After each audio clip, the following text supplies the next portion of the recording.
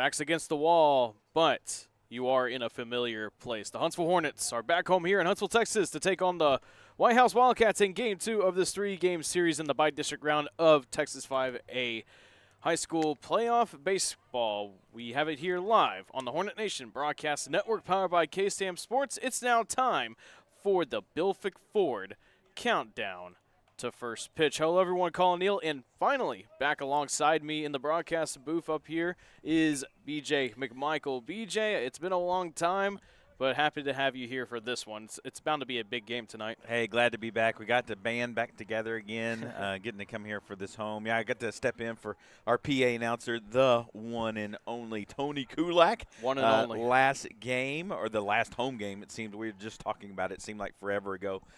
So stepped in for him. I get to back him up. But as you guys know, if you're around Huntsville sports, whether it be at our new Huntsville Hornet football stadium or out here on the baseball field or boys soccer, you're going to hear the pipes of one Tony Kulak. He is the man, the myth, the legend around these parts. And so, yeah, glad to be back in this seat. Get to just talk about what I'm seeing during the game. Like you said, it backs against the wall, a tough opponent. Seen these guys before, kind of tired of seeing these guys because they just seem to put out some really good ball players. If you're a Whitehouse fan and you're tuning in, you got yourself a good ball club, and we got a tall task ahead of us. But with Van on the mound, I think we got a shot. We'll get to that later. Let's first talk about what happened last time out between these two squads. Of course, we all know what happened. Michael Dudulski happened, it seemed like, for the Whitehouse Wildcats against the Huntsville Hornet hitters. Well, the Wildcat offense was still having some trouble getting some runs across the plate. They were getting runners on, but they were having some trouble getting runners on. They only scored 2 runs through the first 5 innings, thanks to the efforts of Lucas Fullwood and Christian Wimberly. Of course, most people were probably expecting Van to go out there. You know, the typical number one versus your number one, even though Michael Dudulski was only pitching on 3 days rest because he pitched on Saturday. However, head coach Greg Branch for the Whitehouse Wildcats decided to put a lot of trust in his number one to get that first game at home in Whitehouse. And it worked. And I think it, in one way or another, BG, I think it worked out for both sides because the Hornet hitters were not touching Dudulski. So if you threw Van out there, and even if Van threw a really good game, it probably would have been all for naught at the end of the day if he was out there. Yeah, I think you're right. And Dudulski, yeah, he's a verb. A lot of people get Dudulski'd. Last season, he went 11-1, had 104 strikeouts, 1.26 ERA. He was second-team All-State. So, yeah, they had a big guy on the mound, just had some trouble making things happen. And, today's another day. That's the great part about baseball, especially in a 3-game series. You can be off for 1 game. Now, you can't be off for 2, but you can be off for 1 game and try to bring it back. And, man, we're back here at our product, and we got to say this. This is our first playoff game in the new ball field. Had we still been playing in Cape Bar Ross, we would not have had a game today. We would have been playing somewhere else because that field, if you know, someone sneezes on it, it's a rain out. So we've got a ball game today because, 3 hours ago it was raining. Now it is sun shining, and we can give some people a break from all the rain as they tune in here on YouTube, whether from Huntsville or Whitehouse. Yeah, well, of course, if you are a Whitehouse fan tuning into the 101.7 KSAM YouTube channel, please be sure you let others know that wouldn't be able to make it out here to Huntsville, Texas. I know it's a 2.5-hour drive. I know some people are still dealing with the effects of the flooding and just the absolute hurricane-like rainstorms we've experienced over the past 24 to 36 hours. Thankfully, it seems like we're all good now. We're back here. We're ready to play some baseball. Let's now look ahead now into this matchup. It's going to be interesting with Van Brady going on the bump. He had a stellar. And, stellar probably doesn't do it justice, BJ. Van had a really heck of a district season, but now he's going to be pitching for the first time in a playoff atmosphere, but he is in the familiar confines of the Huntsville ISD baseball and softball complex. Absolutely, yeah. Van's your horse, man. He's your guy that's been getting you the wins, the stops when you needed it. A couple of times during the season we had some losing streaks going on, and Van gets out there and shuts them out on the mound. So, yeah, as a Huntsville Hornet, you're excited to see your guy on the mound. You want to give him some support out there and make sure that he feels good out there today against this Whitehouse team. He's got a tall task. I mean, the team is filled with seniors that have made stuff happen. You got Dodowski, you got McCord, you got Blackman, you got Hayes, you got Woodley, you got a junior and a Drago. So, he's gonna. It's a lineup that can hit, that can play small ball from top to bottom, and so. You got your guy out there, though. See what he can do. Yeah. Let's take a look at our weather report game time forecast presented by Bill Ford. Partly cloudy skies, sun's peering through. I'm sure as the night goes on, it'll feel a little cooler. It's at 78 degrees, feels like 82, 71% humidity, and some winds coming out of southeast at 10 miles per hour. The winds is currently not really going on much as the flags in right center field are still as stone. So, but something to monitor as the game goes on. That's your game time forecast presented by Bill Ford. All right, let's now go ahead and dive into the Bill Ford Coaches Convo. I had a chance to catch up with head coach Justin Jennings before this one, just a little over an hour and a half ago. Here is the Coaches Convo coming your way. All right, welcome to the Bill Ford Coaches Convo. Collin, Neill alongside head coach Justin Jennings. Coach, last game it is what it was. The Whitehouse, got 9 runs. Y'all weren't. The offense wasn't able to respond. You still got some big innings out of guys like Lucas Fullwood and Christian Wimberly was holding it down, and he gave y'all a chance to still come back, even though that Whitehouse, when he inherited that bases loaded situation against Whitehouse. Just the thoughts on the game and what can y'all do against Whitehouse in Game 2 to get it to a winner take all, especially after the weather we experienced out here. Yeah, well, we knew their guy would be good. We didn't expect him to throw on 3 days rest, so we were kind of playing for the other guy. But that wasn't a really big deal. We made our switch. We flipped it 2 years ago against Hallsville as well, and it worked out for us. So. We did a good job through 5 innings. We gave up 2 runs, and our guys did a good job. We probably left Christian in a little too long, but he was doing a good job for us. And at that point we still didn't have a hit, so obviously we would manage a little bit different there if we had had a few hits and had some scoring threats, but we really hadn't had any to that point. So we were just looking for some guys to eat some innings and get us through, and then we can take care of business tonight, and then we'll have pretty much everybody available for Saturday. So it'll obviously take a better effort offensively for us. We just need Van to do what he's done all year really. If he does that, we'll have opportunities, and we just got to execute. So you can't ask for anything more. You're at home. You got your best guy going, and luckily it's on turf, so the weather won't play a factor in it at all. You definitely miss Cape Bar, don't you? yeah. Let me tell you. Yeah, didn't have to do anything today, so that's big difference. So very grateful for that. Yeah, well, talk about it. Your first season in this new, ballpark, and you get to host a playoff game. Just talk a little bit more about that. I think it's it's a big deal. Very, very important for our program, our community, and our kids. There was a lot went into this, a lot in the early stages of just getting information out and just trying to make people aware of exactly, what would happen with, tax increases and whatnot. So, there's a lot of legwork there and a lot of people in the community involved. And then just, to get out and vote and pass the bond, and then all the planning, to get to this point. And to be over for these seniors who, have made 4 straight playoff appearances to get to play a home playoff game, I think is monumental. It's huge. It's huge for our program. Again, very, very happy for those kids and their families in this community, for them to be able to do that tonight. So it's huge for us. Obviously we want to advance, and we'll put forth our best effort out there tonight.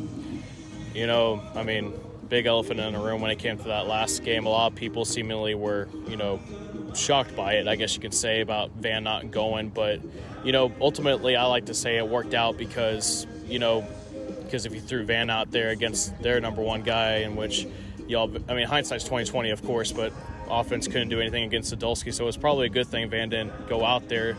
And you set up Van in front of the home crowd, with a chance to send it to a winner take all. Just what are you going to be looking forward against Van tonight to quiet these Wildcat bats that scored 9 runs last time out? He just got to do what he does, man. Like I said, we flipped 2 years ago against Hallsville. We did the same type of deal. We threw a combination of a few guys in game 1. And then we came back and we had our best guy going against there too, and we got the win and was able to force a game 3. So I think when you look at it, the big part of it is, it's matchups, and then it's home and away. Where is your guy best at? Lucky for us, Van has been pretty consistent both at home on the road and on the road, but he's been really, really good at home. So once we saw their guy was going, we decided to flip it. We felt like it was what was best for our kids and our program and gave us the best chance to win. So, like I said, we just need for Van to do what he's done all year, and then we need to execute offensively a little bit better than we did the other night. And obviously this guy going for them tonight is a pretty good arm, but he's nothing like what we saw the other night. So we'll have more opportunities, and we just got to execute. Coach, before I let you go, just any final thoughts before the game gets started here in a couple hours? Man, it's just I'm excited. I'm excited for our kids. I'm excited for them to have the opportunity. The crowd was electric the other night over at Whitehouse, and there's just nothing like playoff baseball, especially in the state of Texas. At the 5 and the 6A level, it's just huge, and I'm excited for the kids to have that opportunity, and we just need to go out and execute. Like I said, we're going to have opportunities. We played 5 really good innings the other night, and then we made a few errors, and things kind of got away from us. But they've won 24, 25 games for a reason. So it'll take a tremendous effort from us tonight, but I'm confident we'll get that from our guys. All right, thank you, Coach. Yep, appreciate it. I want you to enjoy the contest in a fun and healthy environment. Thank you. I'm Kobe Lovell, 2020 World Champion header, 7-time NFR qualifier. I'm Ricky Canton, 15-time NFR qualifier, and currently hold the world's record in the calf roadman. I'm Cody Johnson. I'm a platinum recording country music artist, cowboy team roper. And I'm No Bull Bill, and I sell trucks. Oh, I don't even know what I'm doing here. Well, at least I sell them to the cool people. Country music is different than other music genres. Our artists sing about family, friendship, the ups and downs of this old world, and living this life. Country music tells the story of us. 101.7 KSAM is your hometown radio station, playing today's best country and all your favorites. And you can have this hometown connection right there on your smartphone with the all-new KSAM mobile app. It's in your iPhone and Android app store right now. And we also have direct links on our website, ksam1017.com. At Mid-South Fiber Internet, we understand the importance of quality service. We don't just work here, we live here too. Helping our communities any way we can. Connecting communities one line at a time. Working around the clock for you. We are committed to service. Committed to our communities. We are committed to you. Mid-South Fiber Internet. Local, reliable service you can count on. Sign up today at midsouthfiber.com. Huntsville wakes up to the all-new KSAM Wake Up Morning Show with Brian and Tracy. Get a positive start on your workday with local news, weather and sports, and some inspiration and laughs to warm you like a hot cup of coffee. And now you can join the daily conversation with Brian and Tracy by calling or texting the KSAM listener line at 936-295-4102. Come on, neighbor. The all-new KSAM Wake Up Morning Show with Brian and Tracy on 101.7 KSAM. Affordable Plumbing Incorporated in Huntsville is a proud supporter of Hornet softball and baseball. Family owned and operated since 2000, Affordable Plumbing serves the plumbing needs of Huntsville, New Waverly, Trinity, and other surrounding areas. The company is backed by years and years of experience and strives to support the community in a courteous and professional manner for all your plumbing needs. Call them at 936-291-7886. Again, that's Affordable Plumbing at 936-291-7886. Sting 'em, Hornets! Find us on social media on both Facebook and X at KSAM1017. Also be sure to subscribe to the 101.7 KSAM YouTube channel so you don't miss out on anything going on with your hometown radio station. Welcome back to the Hornet Nation Broadcast Network, powered by KSAM Sports. We're about to get things underway in just a few minutes, so we got to go ahead and get straight into the starting lineups presented by Bill Fick Ford. First for the Huntsville Hornets. Actually, we're going to go ahead and get the Whitehouse Wildcats out of the way while you throw down your score sheet right there. Garrett Hayes leads off in center field. Then the batting second, JoJo Adams at second base. Keegan McCord at catcher, batting third. And then batting fourth, Peyton Blackman. He's a designated hitter. Batting fifth, Michael Dudulski, the starter from Wednesday night. He's at third base. Batting sixth, number 12, Ty Davis. He'll be in left field. Batting seventh, number 14, JJ Idrago. He'll be in right field. At first base, and batting eighth, number 15, Chris Woodley. And then rounding up the order for the Whitehouse Wildcats, number 10, Ben Reed. At shortstop, they're led by head coach Greg Branch, assisted by Cody Hines, Jason Klinger, and Colton Peak. Again, that's Hayes, Adams, McCord, Blackman, Dudulski, Davis, Idrago, Woodley, and Reed. And right there on the left side of your screen is the starting lineup for the Huntsville Hornets. Stanley, Doris, Nieto. Top four pretty much the same. Austin Taylor's back in left field. Johnny Waddell in center. Brian Parker Jr. at first base. Van Brady batting eighth and your starter tonight for the Huntsville Hornets. And then Jackson Slater gets the start at third base while Holden Langley holds down the shortstop duties tonight. And I got to say as well, yep, that's it. We're all good. BJ, what are your keys to the game presented by Bill Fick Ford? Absolutely. Real quick, you got to avoid the big inning. That's the big inning that got us last game against Whitehouse. You hang in there during the game, and you got to be sure that you don't give up the big inning. I think the second thing is you got to get Van some early runs, right? Get him some runs on the board early so he can settle into the game and see if he can't shut down this Whitehouse team. Absolutely. I couldn't have said it better myself. Folks, that does it for the countdown to first pitch. Coming up the next is first pitch between the Whitehouse Wildcats and the Huntsville Hornets. We'll be right back right after this.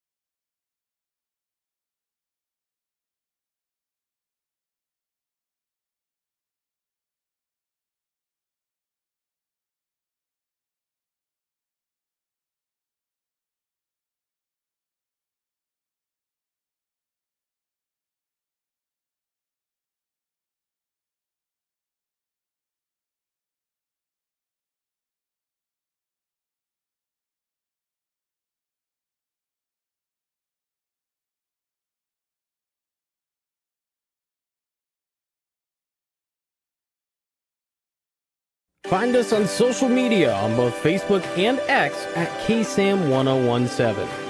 Also be sure to subscribe to the 101.7 KSAM YouTube channel so you don't miss out on anything going on with your hometown radio station. This broadcast is copyrighted by KSAM Sports for the private use of our audience. Any other use of this broadcast or any other transitions or counts of the game without the express written consent of 101.7 KSAM and Huntsville High School Athletics is strictly prohibited. The following is a presentation of KSAM Sports.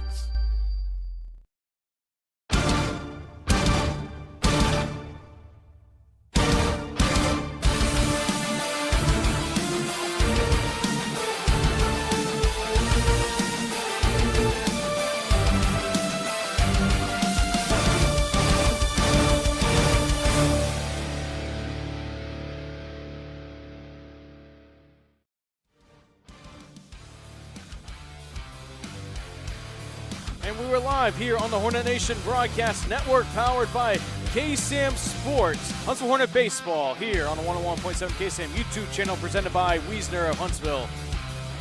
Here tonight, it's win or be eliminated. Survive and advance. Can the Hornets do it to force a Game 3 against the Whitehouse Wildcats, or will the Whitehouse Wildcats venture on another run to potentially the state game like they've been yearning for a long time? Hello, everyone. Collin, Neill. Alongside me is BJ McMichael here live at the Huntsville ISD Baseball and Softball Complex here on the Hornet Nation Broadcast Network powered by KSAM Sports. Now on the mound starting tonight for the Huntsville Hornets. He has been stellar in district play. His first playoff start, it's right here at home in Huntsville, Texas. It's going to be number 4, the junior right-handed pitcher, Van Brady. Yeah, Van the man on the mound for your Huntsville Hornets. He's the guy you want in this position, wanting to force that Game 3 to be played in Lufkin. And these guys, they're not ready to be done. And so we got to see them come out, get Van some runs. We talked about it. Coach even talked about it. They did a good job through 5 innings last game versus Whitehouse. They've got to carry that through and get Van some runs early. Folks, tonight's video broadcast is being presented in 2K Quad HD with an Ultra Enhanced HD presentation in 4K. Closed captioning is also available for the hearing impaired. Glad to have you with us here on the Hornet Nation Broadcast Network powered by KSAM Sports. Game 2 of the bi-district round between the Huntsville Hornets and Whitehouse Wildcats begins now. Van winds up. First pitch at 6:01 p.m. is outside for a ball. We are underway. Yeah, you're going to have to watch out for these guys. They do like to play the small ball as well. Just trying to get that ball out there. You got Slater moving in, well in on the grass there, expecting a possible bunt. Hayes, the center fielder tonight, he was the designated hitter. Watches that next pitch go low for a ball. Also going underway in Whitehouse, ironically speaking, Huntsville Hornets taking on Melissa. 2-0. Cardinals, that's right. Yeah. That's inside for ball 3, and Brady already trying to find the zone consistently early on. Of course, you got to get that first out if you want a good shot of winning the game today. Yeah, every inning. Shaking off some jitters there. Hopefully he can find the strike zone on this one. And he does there. Hayes was showing bunt but pulled back. Yeah, flashing a bunt a little bit there, maybe to play with the eye level there of Van, try to distract him just a little bit. 3-1. That's a squibber in on the hands. Parker Good Jr. job. is there, but they're going to say it's a foul ball. It hit Hayes on the foot, and probably I don't know if it was if they were distracted, but it's a foul ball. So we'll do it again, this time at 3-2. I got to thank Blue right there on that one. The ball came off of Van Brady's glove with Brian Parker Jr. fielding the ball and Brady getting over to cover. Thanks, Blue, or thanks the batter that it went off his leg. We'll take it. Yeah, I was wondering why it came off the bat like that, because it hit Hayes on the hands, yes, but it just had a very interesting roll. Yeah, it did. He jammed him on that one. Brady did, and it just kind of rolled out there. Full count pitch coming up. Brady goes. That's a fly ball into center field. Waddell is going in, and he gets there sliding on the knees and making the catch for out number 1. Waddell made that interesting and kept his hat on all at the same time. Good job there by center fielder Waddell. Getting there, just getting the out for Brady and getting that early out, especially falling behind 3-0. Good job on Brady. JoJo Adams, the second baseman, now steps in for Whitehouse. And you can see right here, BJ, the corner infielders and Brian at first and Jackson at third are playing a few steps in on the grass. First pitch is swung on and missed. Yeah, they are, and Adams is crowding the plate there too, so not giving you much room on the inside. Brady's got he's got a toe on the line. 0-1. Strike on the fastball. Brady's on the bump. Nieto's behind the plate at catcher. Brian Parker Jr. is at first. Josh Stanley's at second. Jackson Slater's at third. Holden Langley's at shortstop. Austin Taylor in left field. Johnny Waddell in center field. And Gage Doris in right field. Defensive alignments for the Huntsville Hornets. 0-2 pitch with 1 out. Ground ball left side. Langley's there. He's got it. Throw on the first is in time for the second out. 2 away. That's the start you want right there. Langley making a great play. Routine, but a big deal, especially in this second game in this playoff against Whitehouse. Able to get that over there in plenty of time to get the speedy Adams. They'll send Keegan McCord, the catcher, out to the plate for the Whitehouse Wildcats. He steps in, the right-hander versus the righty in Brady. Waddell shifts back to his normal center field position. First pitch is a fastball that catches the inner half of the plate.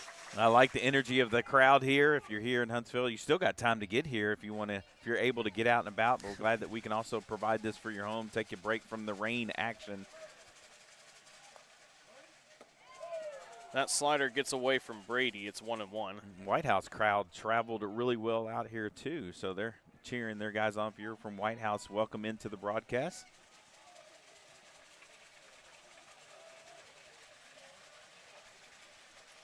The 1-1. Ground ball, but it hit him. Yeah. So it's twice we've seen that. I saw that one, actually. Saw that one kick off his foot.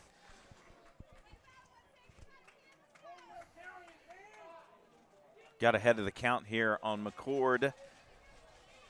Definitely want that out of Van. You got shifting over to center field. Coach Jennings getting Waddell repositioned there on the other side of the H. Ground ball, Slater's there getting the start at third base. He throws on to first in time for out number 3. A 1-2-3 inning for Van Brady to begin things. Huntsville Hornet at bats are going to go to the plate for the first time in this game 2 of the bi-district round. 3 up, 3 down once again for Van Brady. We'll be right back after this on the Hornet Nation Broadcast Network powered by KSAM Sports. Hey folks, Clint Mack here with Wiesner Chevrolet in Huntsville. If you've been looking for a great deal, don't look any further than Wiesner Chevy in Huntsville. Come get a crew cab $1,500 truck and take up to $10,000 off the MSRP. We have Chevy Trax as low as $20,995. Do you want to go all electric? We have the all-new Bolt EV, Bolt EUV, and the Chevy Blazer. Do you need a heavy-duty truck? We've got 3/4 tons and 1 tons in stock ready for you to take home now. Some restrictions may apply, so hurry to Wiesner Chevy in Huntsville and take advantage of these great deals and great inventory, or visit us online at WiesnerHuntsville.com. Who's this picture? Back here on the Hornet Nation Broadcast Network powered by KSAM Sports. Now on the mound for the Whitehouse Wildcats, the number 8 team in Texas 5A high school baseball. It's going to be number 7, the left-hander, Michael Morton. Yeah, read my mind there. I was just asking, who is this again? Michael Morton. Got it for the Hornets. You got the 3 up, 3 down that you wanted for Van. Got the quick inning, and now what you got with Stanley is to try to get up there and cause some havoc on the bases. Yeah, if you can look at the Whitehouse jerseys, it's interesting. It says "Our House" on the front of their maroon uniforms. I've never seen that before. It's interesting. Of course, with Huntsville, you got the Ville jerseys. And speaking of jerseys, for the first time, I believe, this year, if I remember correctly, they are wearing the greens for the first time. Yeah, the greens look really sharp out there. I like that on these guys. Hope it gives them some extra juice in there as they're batting. You can hear it. You can hear it. Hear that Hornet crowd buzzing. No pun intended. Josh Stanley leads things off the second baseman tonight for the Huntsville Hornets. He steps in the right-hander batter against the lefty pitcher. First pitch is a fastball on the outer half of the plate for a K. It's 0-1. Good take there by saying I don't mind that take at all.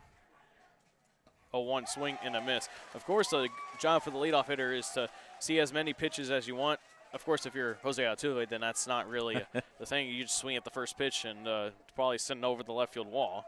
0-2. Way outside, not even competitive. It's 1-2. Yeah, I definitely don't want to go out there and help him out. 1-2. Way outside again, it evens the count. Of course, I think the Hornets, what they need to do is just try to run up these pitch counts against these Whitehouse pitchers that they'll probably see tonight, starting with Morton here on the mound, 2-2. He did not go. It hit the plate and bounced to the backstop. It's 3-2. Yeah, good job there. Some of those non-competitive pitches, but Stanley, good job getting this to a 3-2 count, especially with the early in the hole early, 0-2. Full count pitch. And it's a soft liner right to the first baseman into Chris Woodley off the end of the bat. A good at-bat to start for the Hornets, however, seeing 6 pitches in that at-bat. It's 1 away, however.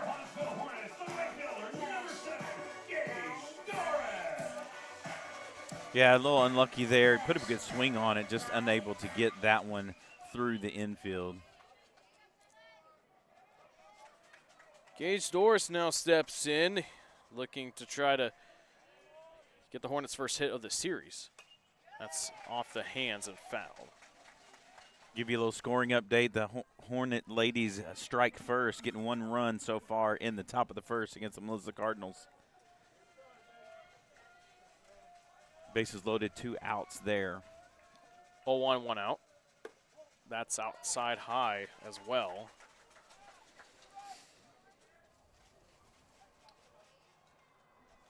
Yeah, Gage will tell you he wants to show up here big in this playoff game, get a couple of hits on the board.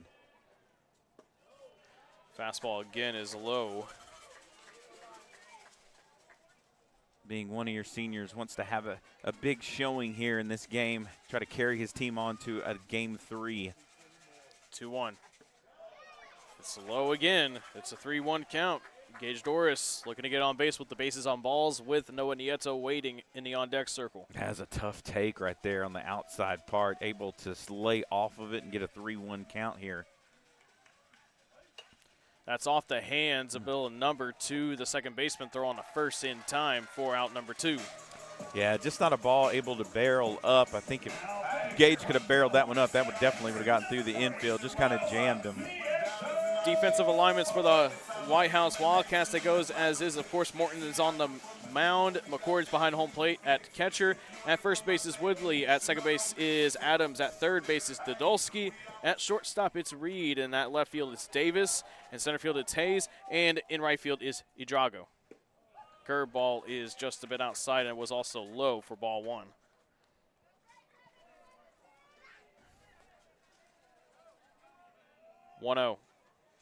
Swing and a miss. Yeah, went out there chasing on that outside corner.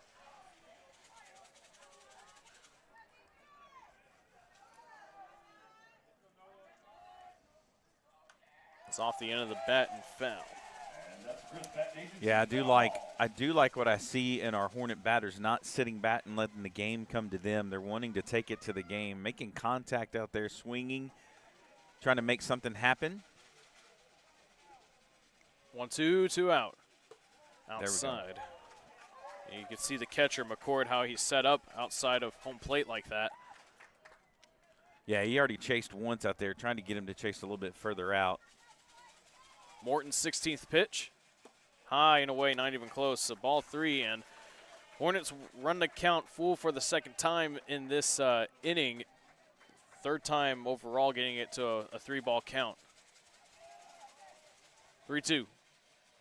Off the end of the bat, Nieto keeps fighting. It's still 3-2. Yeah, it looks like the lefty Morton out there is going to camp out right there on that outside pitch, so you just got to be ready for it. However, watch out for the jam pitch inside. So at any point in time, he could run a sweeper in there or inside pitch and try to get a punch out. Time's called.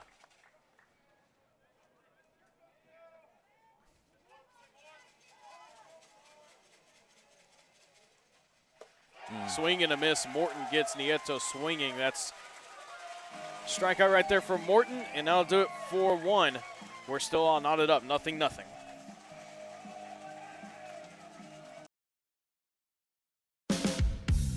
Affordable Plumbing Incorporated in Huntsville is a proud supporter of Hornet softball and baseball. Family owned and operated since 2000, Affordable Plumbing serves the plumbing needs of Huntsville, New Waverly, Trinity, and other surrounding areas. The company is backed by years and years of experience and strives to support the community in a courteous and professional manner for all your plumbing needs. Call them at 936-291-7886. Again, that's Affordable Plumbing at 936-291-7886. Sting 'em, Hornets!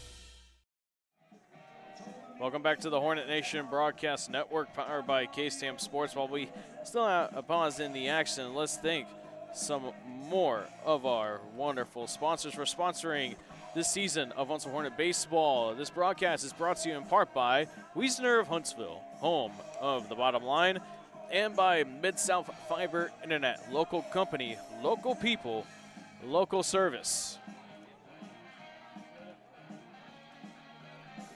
Yeah, glad to get these guys out here playing some ball today after all the rains. If you're joining us, glad we can give you a little break from the rain.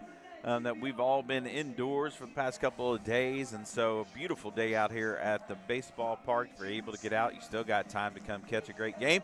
However, if you're watching at home, little pro tip, if you want to watch also the girls softball going on at the same time, watch them on your TV and your iPad. Watch the guys on the iPad, however you want to switch that up. But normally at home, if I'm at home and both teams are away, that's how I have it at our house. We've got one of them on the screen and one of them on my iPad. And we're checking out the scores on both of them. Leading off for the Wildcats, designated hitter number 27, Peyton Blackman. Back up to the plate, the Whitehouse Wildcats are. Peyton Blackman, the designated hitter, steps on in. First pitch.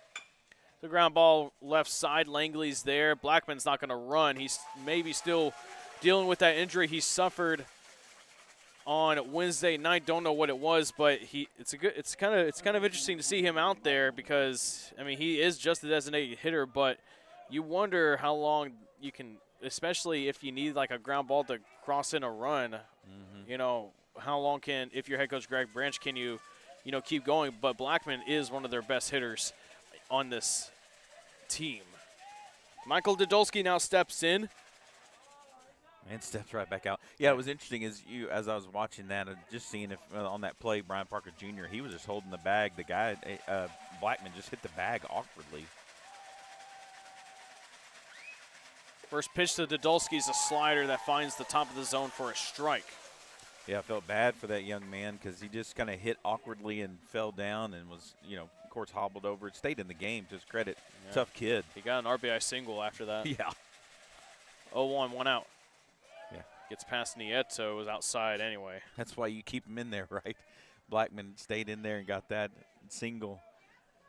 Just shows what great toughness and grits. Yeah. I think they still say that. Oh, yeah. Lots of grit. Swing and a miss. Van is ramping up that fastball right now. It's 1-2. Yeah, had him off balance right there. Swung late swing on that one. Great pitch by Van coming inside and challenging Dodolski. 1-2. That's a fly ball to center field, but Waddell is there in plenty of time for out number 2. Great play by Waddell. Making it right there, froze him a little bit, able to come in and make that catch. Get a big second out here for your man, Van Brady. Ty Davis now steps in, the left fielder for the Wildcats. He's showing bunt. These Wildcat players love to bunt and run. It's in there for a strike on the fastball. Yeah, that cuts that down real quick. If you can get ahead in the count 0-2, you pull that bunt out of play most likely. And so Van getting that first strike, now hunting the second strike. That's a line drive into center field. Waddell moving in, and he makes the catch, and the hat flies off. Hey, you got to end the inning on a catch, third out catch, and the hat drop. Way to go by Waddell. He made 2 of those 3 outs, also with your shortstop Langley. That'll do it for the Wildcats. They go 1, 2, and 3 through the first 2 innings. Brady holding them down so far, but can the offense get things going?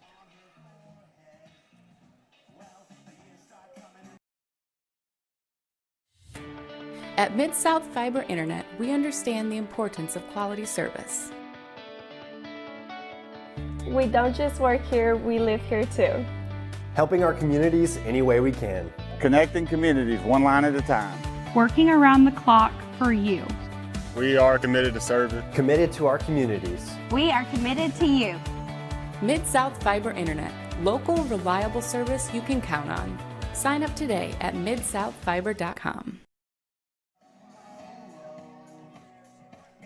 We're through 1.5. Morton's back out there on the bump for the Wildcats. Got your 4-5 and 6 hitters due up. Nolan Hunt, Austin Taylor, and Johnny Waddell. And first 4 batters, BJ, they got nothing to prove. They've been really good through district play. Austin Taylor is improving as well, but it's going to have to come down to your 5 through 9 hitters so they can support the first 4. Yeah, you got to set the table, right? Get your hitters, big hitters up on batting with some runners on the base. You cause some damage with your bottom of the lineup, then you really can make something happen. You get the crowd into it, you get your bench into it, you get everybody ready to – I mean, this crowd's ready to just explode with some Hornet offense, and love to see that happen. Well, Nolan Hunt now steps in. First pitch from Morton to him is a fastball that tails outside for a ball. Yeah, they're going to – I mean, right now Morton's just camping out on that outside part of the plate. 1-0 is off the end of the bat. That's kind of – I think that's the 5th time I've seen a Hornet hitter chase that fastball that goes outside, or maybe a bit of a changeup, I think. You just got to try to send it to right field if he's going to put it there. 1-0, 1-1 rather, and Hunt slipped a little bit. Of course, that turf might be a little slippery out there. Yeah. Yeah, it dries up pretty quick, but yeah, may still have some moisture out there. Again, we would need a canoe or a boat out at Cape Bar Ross, but with the bond passing, getting a new field here, get to play the game. 1-2, not competitive.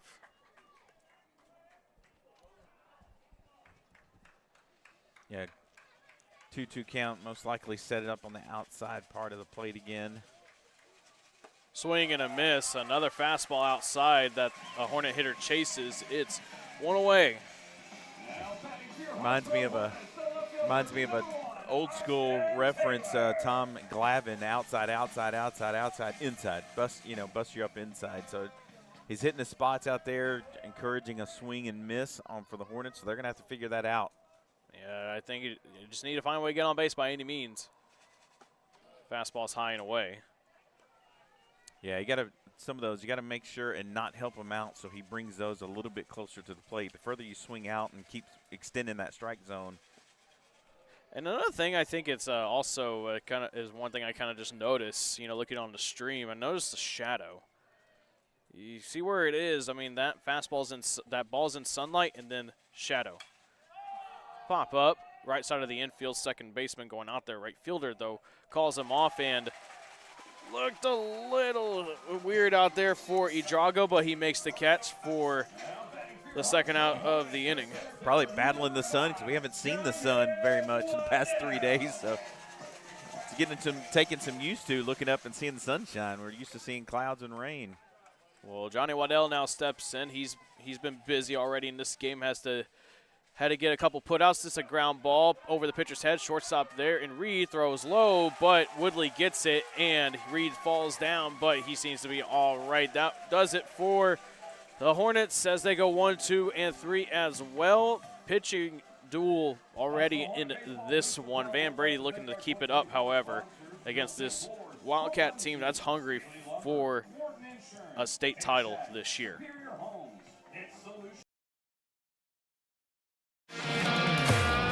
I'm Kobe Lovell, 2020 World Champion hitter, 7-time NFR qualifier. I'm Ricky Canton, 15-time NFR qualifier, and currently hold the world's record in the calf rovement. I'm Cody Johnson. I'm a platinum recording country music artist, cowboy team roper. And I'm No Bull Bill, and I sell trucks. Oh, I don't even know what I'm doing here. Well, at least I sell them to the cool people. Welcome back to the Hornet Nation Broadcast Network, powered by KSAM Sports. This broadcast of Huntsville Hornet Baseball is brought to you in part by Bilfick Ford, No Bull, Just Good Deals, and by Affordable Plumbing, family-owned and operated since 2000, supporting Walker and surrounding counties. Affordable Plumbing, also our strikeout sponsor for this season of Huntsville Hornet Baseball.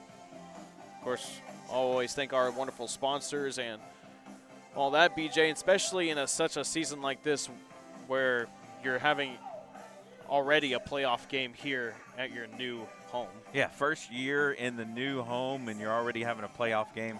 speaks well for your program. Jennings has got them going, definitely has had them going in the right direction.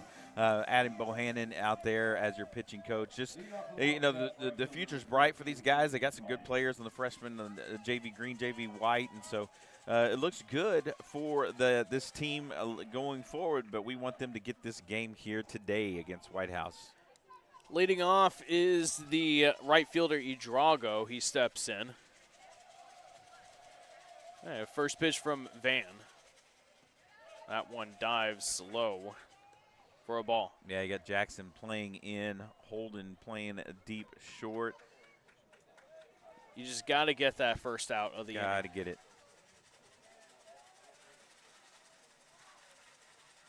Yeah, you got an explosive team like Whitehouse. You don't want to give them anything.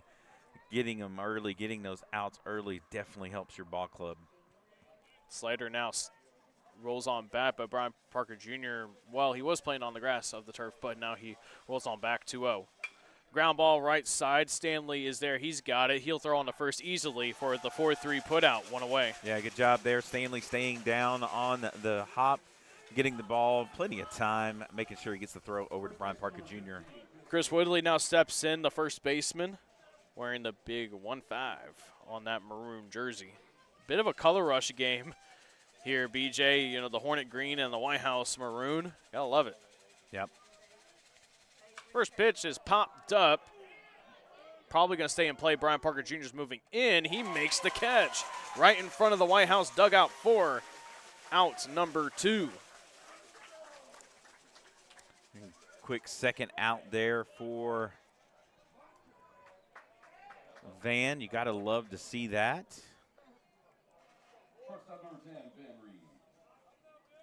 Shortstop Ben Reed now steps in. He made quite a couple of good plays last time out these two teams faced in Whitehouse on a Wednesday night. He made a good play earlier on in this inning as well to end the top half of the second, or the third rather, excuse me. Bottom half of the second. Tries a little slap hit, but it was foul tipped into Nieto's glove. It's 0-1. Don't see that very often. No.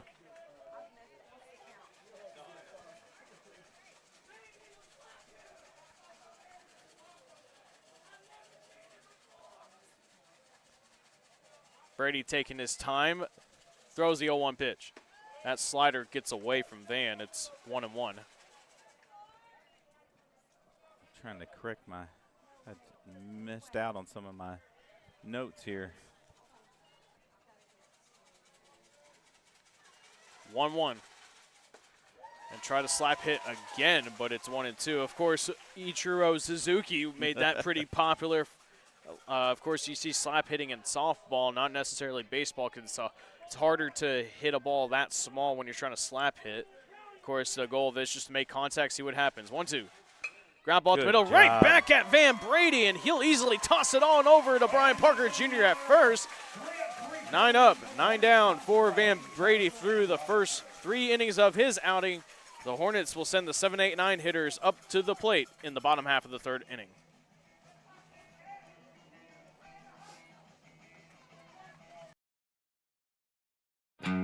Country music is different than other music genres. Our artists sing about family, friendship, the ups and downs of this old world, and living this life. Country music tells the story of us. 101.7 KSAM is your hometown radio station, playing today's best country and all your favorites. And you can have this hometown connection right there on your smartphone with the all-new KSAM mobile app. It's in your iPhone and Android app store right now. And we also have direct links on our website, ksam1017.com.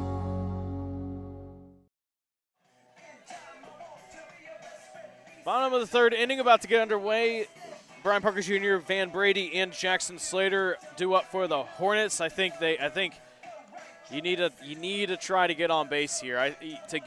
To already have your top of the order hitter and Josh Stanley up for the second time in as many 3 innings, because you do that, then it creates more opportunities for others. Absolutely. Anytime you can get runners on, you cause the pitcher to kind of, his attention.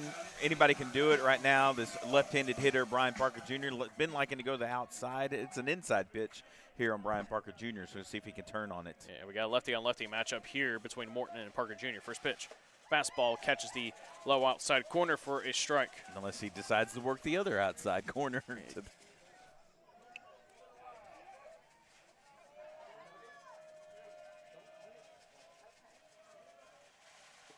Tries to go back to it, but it was way too low that time. Of course, you don't really see the east-west, pitching style as much anymore. Everyone's about up and down, trying to get those strikeouts. Yeah, he's trying to hit his spots on the outside on almost every batter. Haven't seen him challenge much on the inside on a righty or lefty. 1-1. Bounces in the turf in the other batter's box. It's 2-1. Yeah, you definitely don't want to do anything to help him out, especially as a lead-off batter. See as many pitches as you can, knowing he's trying to get to that outside pitch first. There we go. 2-1. It's over the head of Nadolski, and the first base hit of the series comes into from the hands of Brian Parker Jr. We got a runner on with nobody out. Yeah, great job there by Brian Parker Jr. Just took that inside pitch actually outside over to the left field, deposited over the third baseman head on Nadolski, and able to get on first, get that lead runner on, and see if Van can't help himself out here a little bit. Hey, the exit velo may have not been pretty, but hey, it still works either way. After getting no hit, you'll take any hit. Van Brady now steps in, first pitch, swing and a miss on that breaker. And Van, just opposite seasons when it comes to hitting and pitching. Great on the mound, but the hitting is not where it was last year. Yeah, he'd tell you he wants to be able to hit better. 0-1. Lays off that slider. It was that same exact pitch. It's 1-1. Yeah, good job not helping Morton out there. Lefty on the mound. Brian Parker Jr. not a stolen base threat, but it's a little bit tougher. Fastball. McCord tried to frame it, but it didn't work. He brought that from the batter's box and tried to frame it. If the umpire's giving that kind of call, then it's going to be a long night we're in trouble. For both sides. Way high and away. It's 3-1. I'm sure Van's got the reddest of red lights right here. Yeah, 3-1. It's a hitter's count, but I think in this situation you got to just let him see if he can throw you a strike. He's going to probably go outside again, I would imagine, see if he can't go way outside. Yep. Oh. And that's in there for a strike. My goodness. All right, now he's got to protect the strike zone. Expect that outside pitch. Protect, 3-2. That's a fly ball down the right field line, but it will go into the visitors' bullpen for foul ball. Still keeps it at a full count, 3-2. Yeah, he was ready for it, though, so.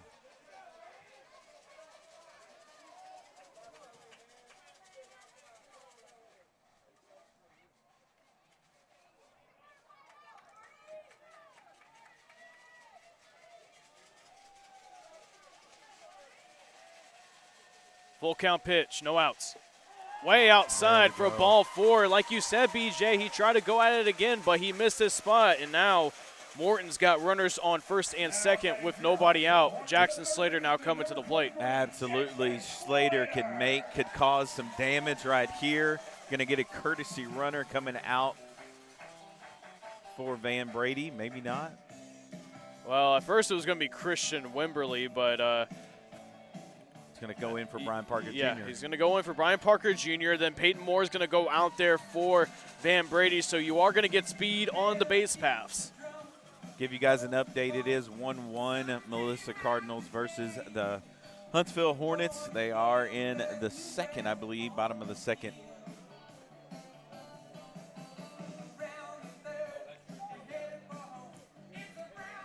Big spot for Jackson Slater.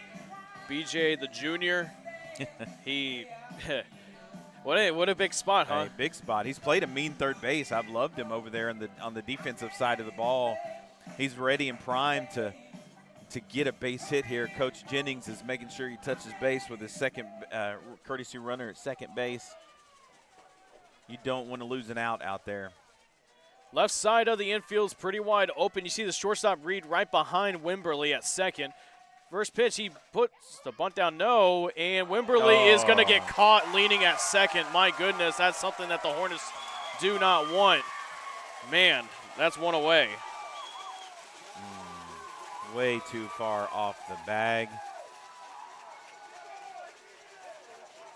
That's not the kind of momentum you want to give to Whitehouse. You can see Coach Jennings, that's exactly what he was trying to keep from happening. We'll see if the bunt's still on, 0-1. That's low. Yeah, that's tough. You don't get the bunt down, you don't advance the runner, and you get a pickoff at second there by McCord. That was a good job by McCord getting the ball down to second. You got to trust your speed out there, 1-1. That's in the zone for a strike, 1-2. You got to trust your speed that you'll be able to get to third base. You know, don't lean too much off of the bag. Even if you know that contact's going to get made, you got to still be careful. Yeah, coach for Whitehouse repositioning his third baseman closer to shortstop. 1-2, 1 out. And called strike 3. Gets that call right there. And just like that, it's 2 away for Josh Stanley. Yeah, if you're a Whitehouse fan, do you like that strike call? For the Hornet fan, it was a little too far outside for my liking, but got 2 outs here. Turned into a possible big inning now. Could sneak away from you. 2 away for Josh Stanley. He lined out to first base last time out. It's up in the air down the right field line. Drago is there, however. He makes the catch, and the Hornets got the first 2 runners on, but nothing doing. We'll be right back after this on the Hornet Nation Broadcast Network, powered by KSAM Sports through 3.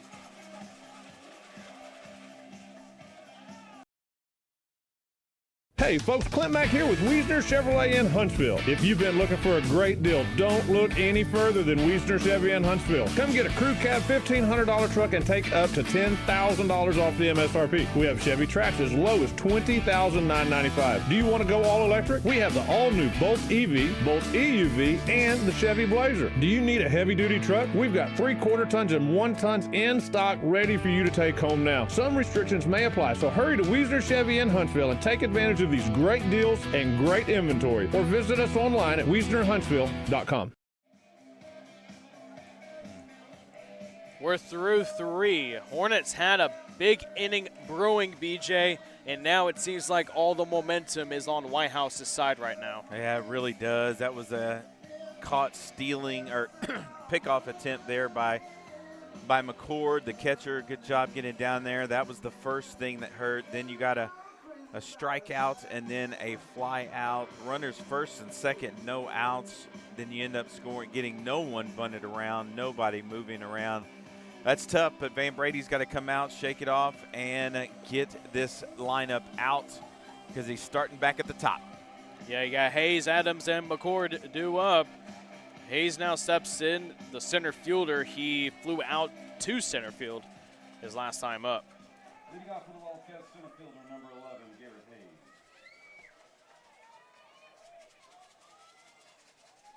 Hayes steps in, the lefty on the righty.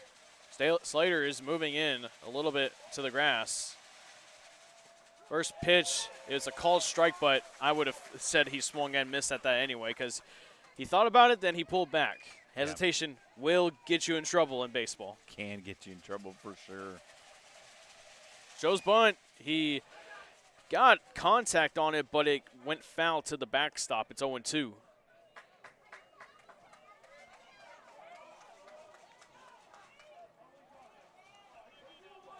Yeah, ahead in the count here is Van. Let's hunt this strikeout here.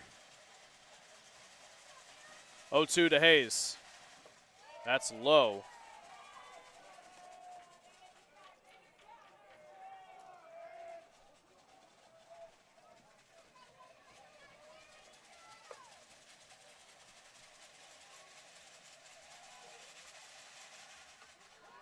Foul, and it hits Hayes on the leg again.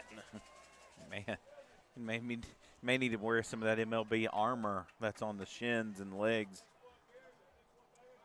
It's funny watching some of these MLB players. They go up and they got shin guards and elbow pads and the hand, the oven mitts and everything. Got all kinds of getting armored up. Well, they just love the accessories. I don't think it's really. I think it's all for show. 1-2 again. That's high. Slider got away from Brady. It's 2-2.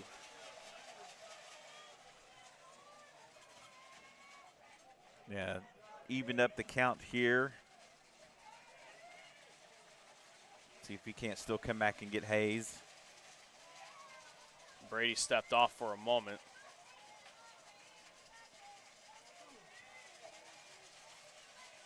(22) Fastball goes low and into Hayes. It's a full count for the first time today for the Whitehouse hitters. Yeah, I tell you what, Whitehouse fans brought their water bottles with rocks in them, making some noise.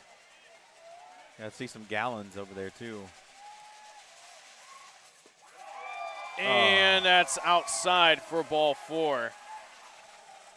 First base runner for the Whitehouse Wildcats, and they got a runner on with nobody out, and I'm sure they're probably going to bunt here. Oh, I would imagine that is Adams right here. Head coach for Whitehouse probably having a conversation with them, let them know if hit it and run, whatever might be a hit and run going on, bunt and run, whatever to move that runner over. Slater playing in on the grass. Would you pick off here if you're Van? I'll try maybe one throw over. At least one. For one of these two pitches right here. It rolls and rolls, but it rolls foul. Here we go.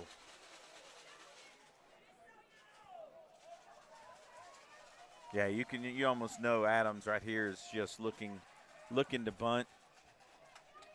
Slater may even be able to come in, especially with one strike still, may be able to play in a little bit more.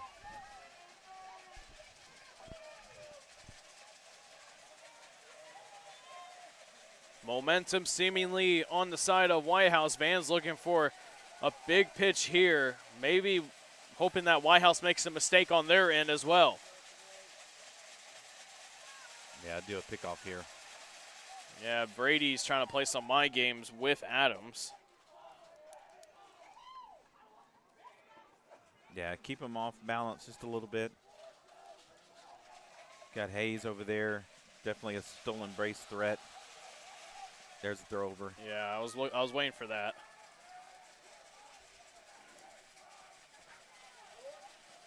Just got to make sure he knows that you're aware that he's there.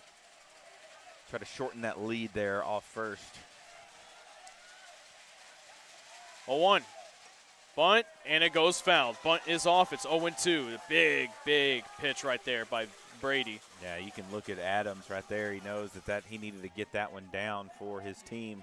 Good job, Brady, giving him an outside pitch, able to get that foul ball off and hurting nobody.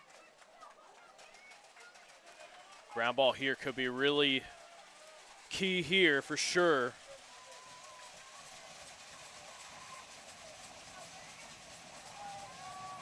Brady steps off. Of course, there's no disengagement limits.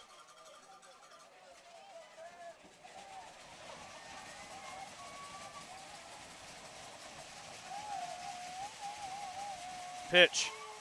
Ground ball. Brady has nice it. Stop. Throwing, Get the out. does not throw on the second. He'll just throw on the first, so it does kind of work as a bunt. Either way, it moves the runner on over the second, but that could have been trouble if Brady did not get that glove on the ball. Yeah, I think Brady made a smart move there. He's going away from second base. Even though he fielded, he would have had to gather himself, get that throw to second. That's just too big of a risky play. Get that sure out at first and try to go after these batters here, McCord and Blackman. Yeah, I agree with you on that. McCord now steps in. He grounded out to third base in the first inning, his last plate appearance.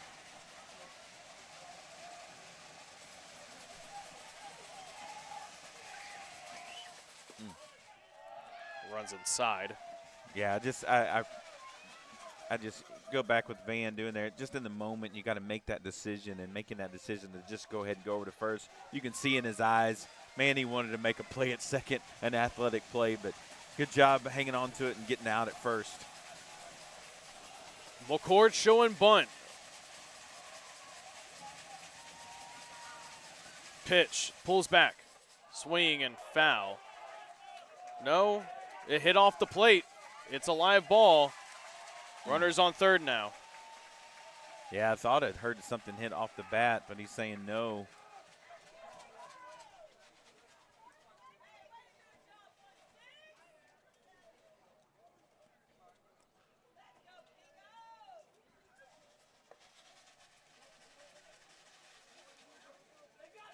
Big spot here for Whitehouse, McCord specifically. It's a 1-1 count. Yeah, Vance has got to settle down right here. You've got the visiting fans that are doing a good job of cheering their team on. He's just going to have to gather himself in this moment. He's got to go after the batter here. Worst case scenario, you give up one, but let's not get the big inning. 1-1. Inside, it's 2-1. And you can see the infield now playing in with Stanley about a few steps away from the grass of the turf. And, well, Langley kind of playing a bit normal shortstop depth, maybe just a bit closer. Any ground ball probably goes home. 2-1. Liner, and it's into left field for a base hit, and Whitehouse gets their first hit and first run of the game. It's 1-0. Yeah, that's unfortunate there for the Hornets. Van doing a good job of pitching. Got that ball away off the plate, able to advance the runner, and that runner scores. I don't think he scores maybe if he was still standing on second. Okay, well, Whitehouse draws first blood, and for the Hornets now, just get out of this inning because Brady's still on a decent pitch count. Blackman showing bunt, pulls back, runner goes, throw down to second. Langley got him! What a throw by Nieto and scoop by Langley. Great job there by Noah Nieto. No understanding the moment, getting the ball there and getting the tag down to get Adams there. Great job in the moment. You let one run in, but you don't hang on to it. You get that big second out. That's big right there. It's now 2 away. 1-0. It is a little low and outside.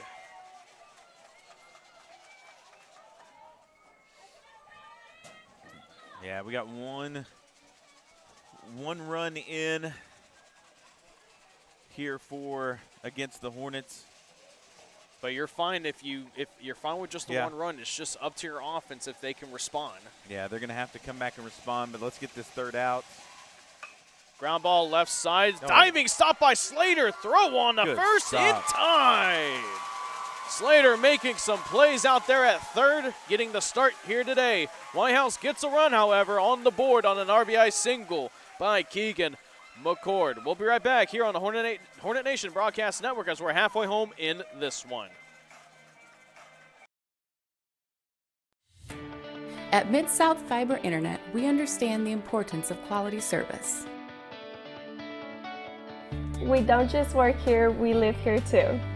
Helping our communities any way we can. Connecting communities one line at a time. Working around the clock for you. We are committed to service. Committed to our communities. We are committed to you. Mid-South Fiber Internet. Local, reliable service you can count on. Sign up today at midsouthfiber.com. Welcome back to the Hornet Nation Broadcast Network, powered by KSAM Sports Live in the Wiesner Huntsville broadcast booth. Well, BJ, you gave up that one run, but you got 2 big outs on good defensive plays.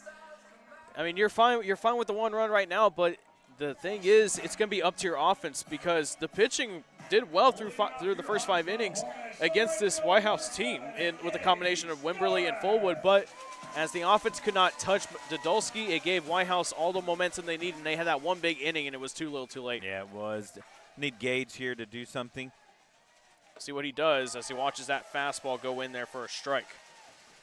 Yeah, you got 2 big defensive plays that can definitely spark your offense.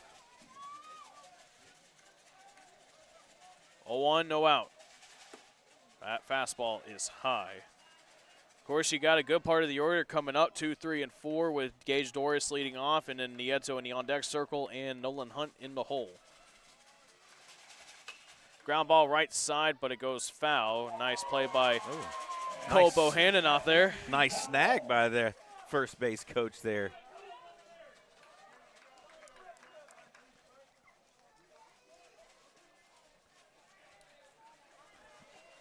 And just giving a scoring update, Melissa just went up on the Hornets 1-0 with a home run. 2-1, actually. Tying away. It's 2-2.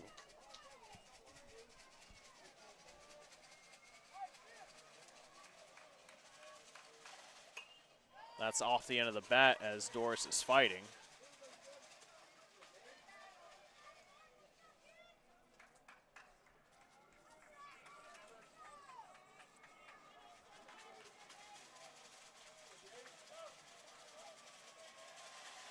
There it is. Line drive to right field. Drago slides on the knees and makes the catch for out number 1.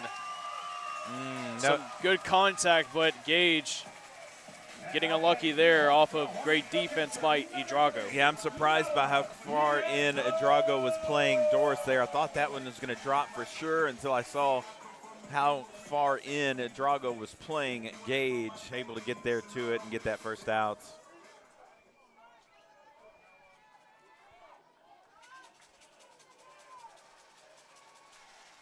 First pitch to the catcher, Nieto is low for a ball.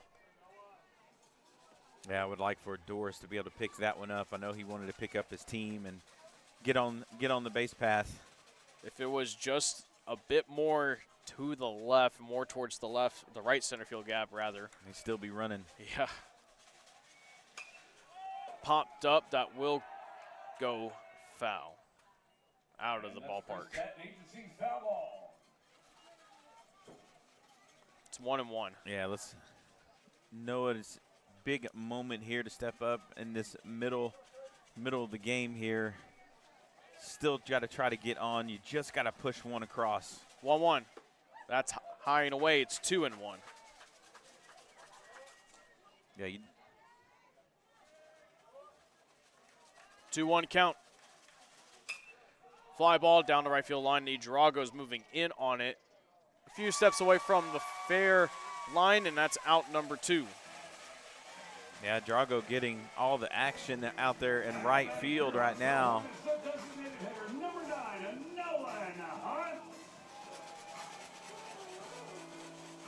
Time for Hunt.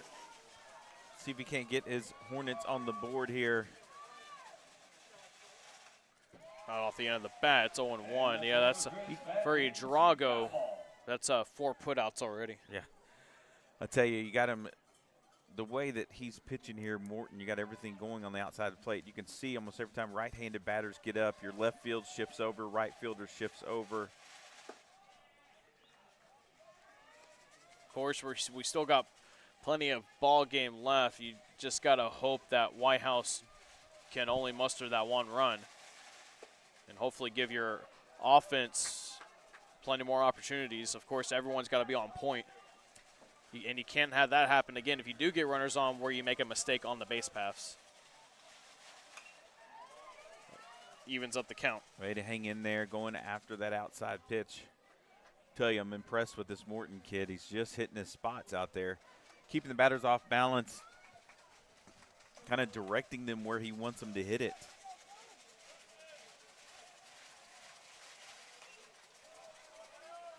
Another foul ball. He's able to stay off the barrel, too. Hornets are just going to have to find a way to string some hits together, try to push one across. Swing and a miss. Now do it for the Hornets. They go 1, 2, and 3. Whitehouse looking to try to add more runs while the Hornets looking to keep it to just the 1-0 deficit.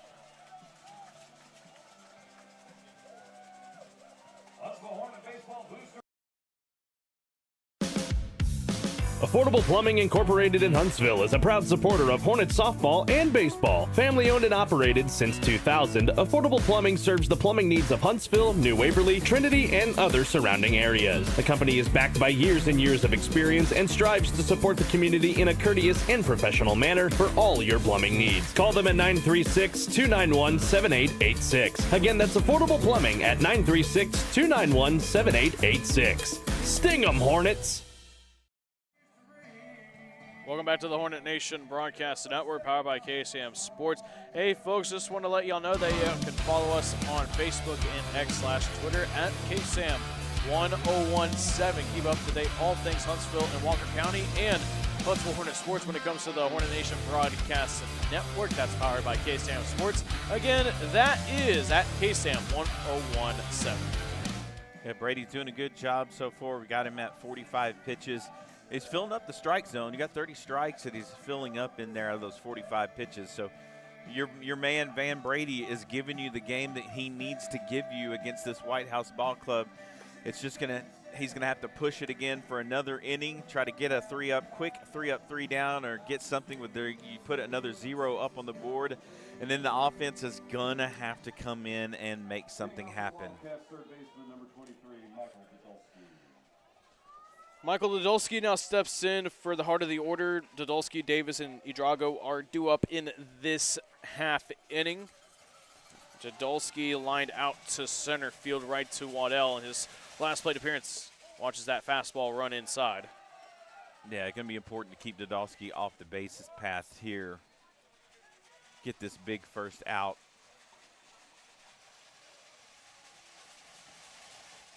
One-oh. That's... Don't know exactly where that was.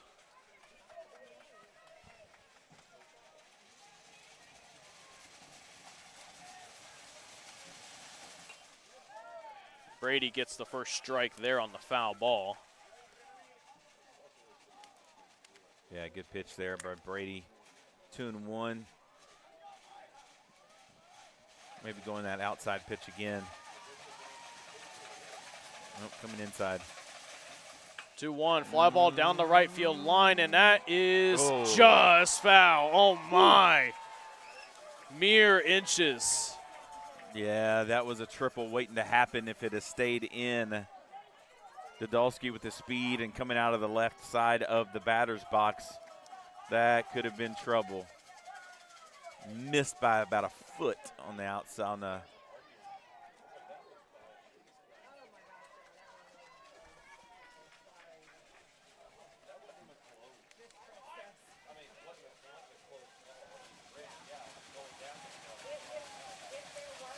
2-2 count.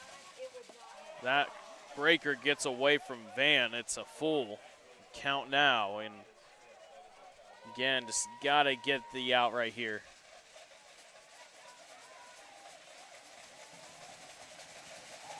They're going to come that outside pitch again. Oh. Just a bit high for ball 4. Dodolski leads things off with a full count walk. All right, got a runner on. You're going to have to pay attention to him over there.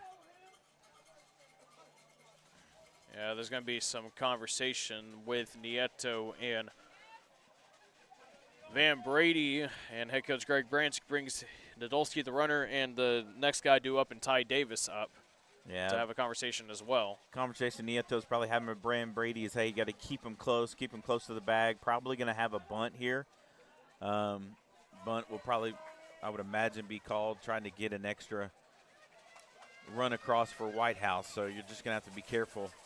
Got Jackson playing in on third. Even going to come even closer by coach.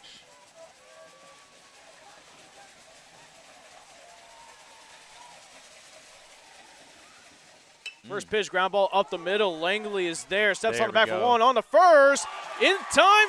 You betcha. There we go. Can we talk about holding Langley for a moment? This kid has been holding down shortstop all season long, and all he seems to do is just make these plays look so routine. Some of them are, but that one in a big moment, you got a lead runner on. Ball comes up the middle. You've got to play it on a short hop, touch the bag, get it over to first. That young man has come to play some baseball today. Top of the, rather Idrago, I meant to say. I don't know why I said top, but, you know, it is what it is. First pitch is high. I've just been watching Langley all season long, playing that shortstop and doing a great job. Not getting as many bats as he'd want, but, man, playing stellar defense out there for the Hornets. 1-0. Tying in. Sure, Whitehouse wants to try to get another runner on base, even with 2 outs, to just try to move the pecking order. Yeah, that's a big play there for Van. So Van's, I know he's wanting to tell his defense, thank you, get this 3rd out. Ground ball right side. It was just barely foul, but good play nonetheless by Parker Jr. Yeah, got to stay with it and go for it no matter what, because you don't know what's going to be called. If it is called a fair ball, you don't want that thing rolling down, bouncing around in the right field. Foul to the backstop. It's 2-2.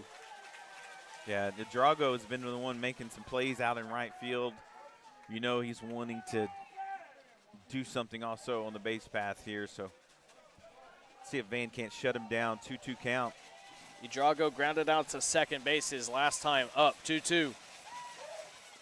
Another foul ball off the end of the bat. Hanging in there. Brady keeping it close and enticing a swing, though. I like the mentality here with Van Brady. Brady winds up. He goes on the 2-2. A bit of a stutter step. Ground ball left side. Langley's there once again. Has to make Another a good play. throw, and he does. Hard in on target for the 3rd out of the inning. Van Brady faces the minimum thanks to a double play induced and turned by Holden Langley and Brian Parker Jr. It's still a 1-0 game. Hornets desperately trying to get some traffic and runs across the plate.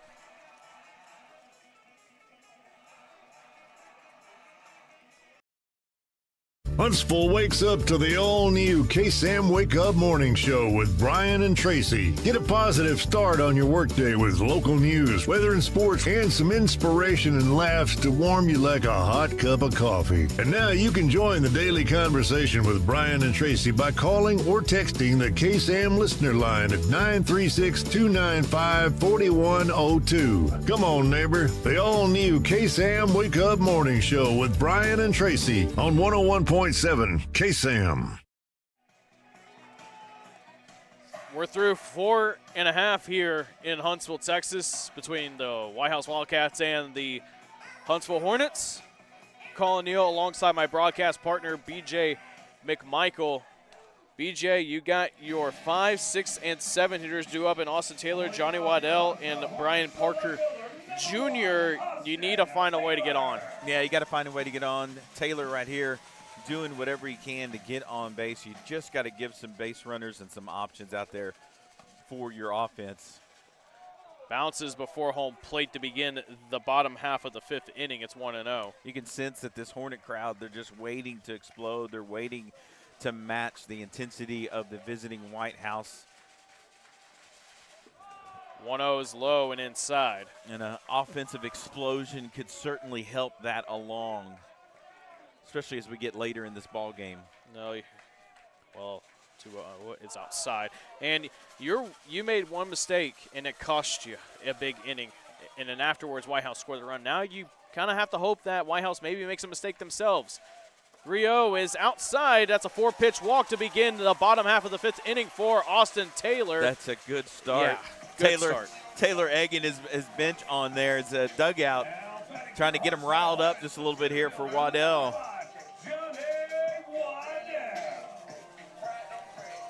You wonder if the bunt is on or not. You have Michael Didulski playing about a few steps in on the turf grass, as you can see right there. Pickoff attempt the first, not in time. Taylor gets back easily, trying to adjust his sliding mitt. Yeah, I would certainly be okay with the bunt right here. Want to force it down the first baseline and kind of force them into a tough decision. Waddell pulls back, throw down to first, not in time. The out pitch was in there for a strike. Yeah, Coach Jennings a little frustrated, wanted Johnny to get that bunt down. Well, he's got at least one more chance to do it. Yeah, we got the speed of Waddell. He could force them into a really tough issue here. Runner goes, pitches outside. Oh, Taylor nice going jump. on to second, and he's in there safely. The ball is fumbled. Stolen base by Austin Taylor. The ball was also low for a ball. 1-1, Austin Taylor in scoring position. What a great jump right there. You almost look like the catcher in McCord was going to throw back to first, thinking he was going to go back to first, and then hesitated and didn't get the ball down there. Taylor heads up play, getting down there in scoring position with no outs. Well, Woodley also stepped in, and there was going to be no chance for a pickoff bunt. Gets down the right field line, or the first baseline rather, and it's 1-2. Oh, Johnny, if he could just get that bunt down short of that first base bag, he could definitely make it interesting with his speed.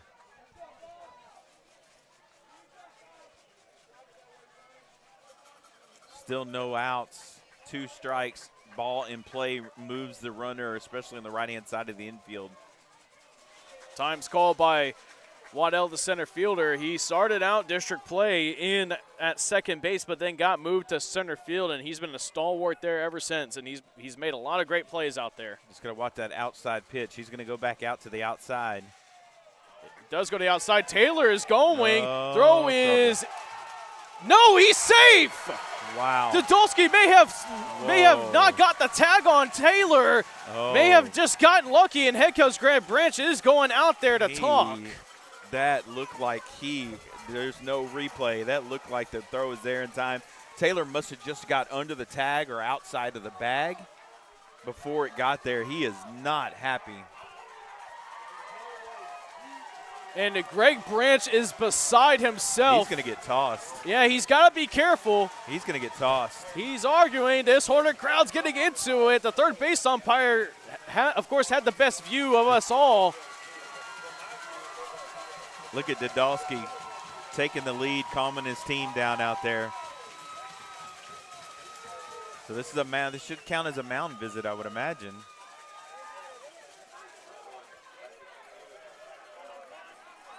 Oh, boy, there is nothing like Texas high school baseball, that's for sure. Infield's in on the grass. Everyone is. Waddell looking to make contact. Swing, ground ball left side. That goes foul. Yes, all you need is this runner in. You got 2 shots at getting a fly ball somewhere in the outfield and getting the runner in to tie this ball game up. Trending momentum in your favor. Pitch is low, full count.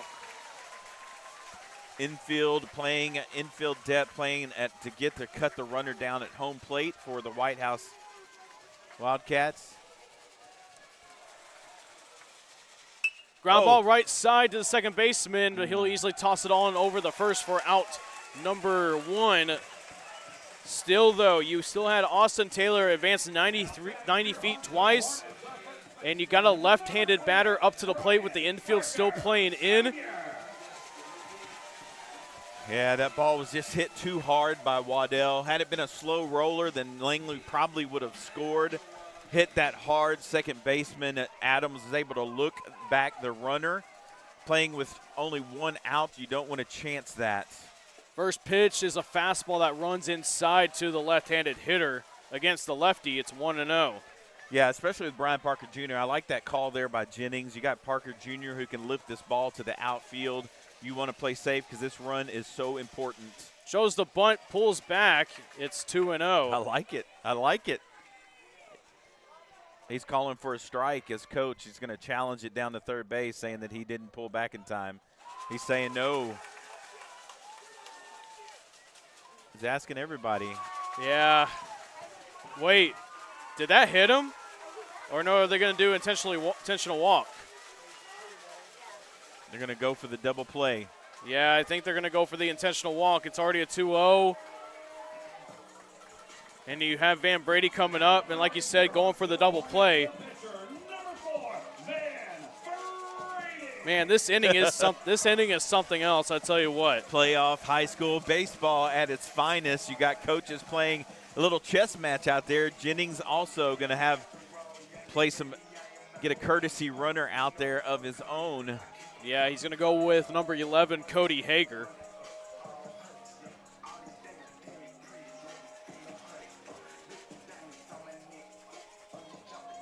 Yeah, you had the appeal of the Whitehouse coach looking down to third base, wanting to make sure he didn't go around for a pitch. Now you see Van Brady's now coming up with runners at the corners. He walked his last time up in the third inning. Line drive. Could tie this game up. In a big way, Van can help himself out right here. Look at where Adams is playing. Pitch. That's popped up. That is going to go foul. Adams is about even with the pitcher's mound. In all my times broadcasting baseball, I don't think I've ever seen a second baseman be placed right there. No. So if Brady can just send one to the opposite field, it's a tie game. I've seen it in kickball, but not in baseball. 0-1. Shows bunt. Fouls it to the backstop. Now he's going to go back. Oh, Brady wants that one back. I guarantee you he wants that one back. He drops that bunt down. This game's tied. Adams is back there at second. 0-2. No. Outside. Now, you can expect Morton, he's probably going to come in a little bit further in from that pitch. It was too far out to not even challenge the batter. He's going to probably bring it in just a little bit. Swing and a miss. 2 away.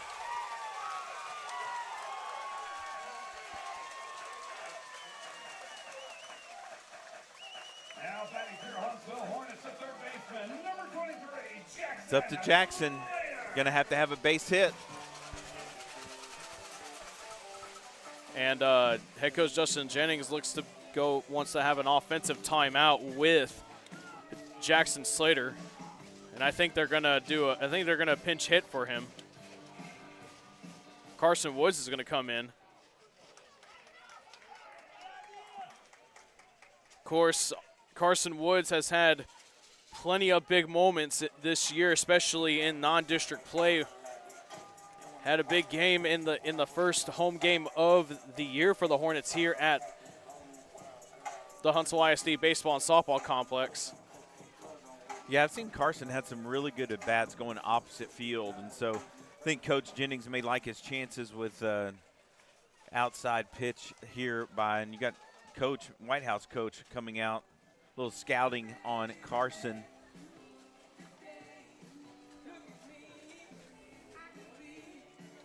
I've seen Carson have some good swings going the opposite, going to right field, going opposite field. So maybe telling Carson, hey, if you get a pitch that you can rip to right field, do it. We need this runner on third.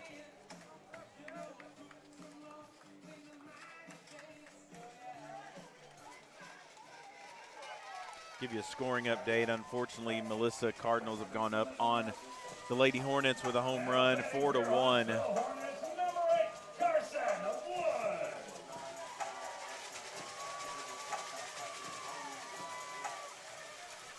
Time for Carson to have a big moment here in playoff baseball for the Hornets. First pitch to him. It's a curveball in there for a strike. It's 0-1. Yeah, I haven't seen anything overpowering from Morton, but I have seen really good pitch location by Morton. 0-1. Low. Good job by Carson not helping him out any there. It's got to be tough for a young guy coming into this position right here. You got to know that there's a little butterflies in his stomach. That one, fastball low. 2-1, a good eye by Woods. Yeah, that was a tough take right there.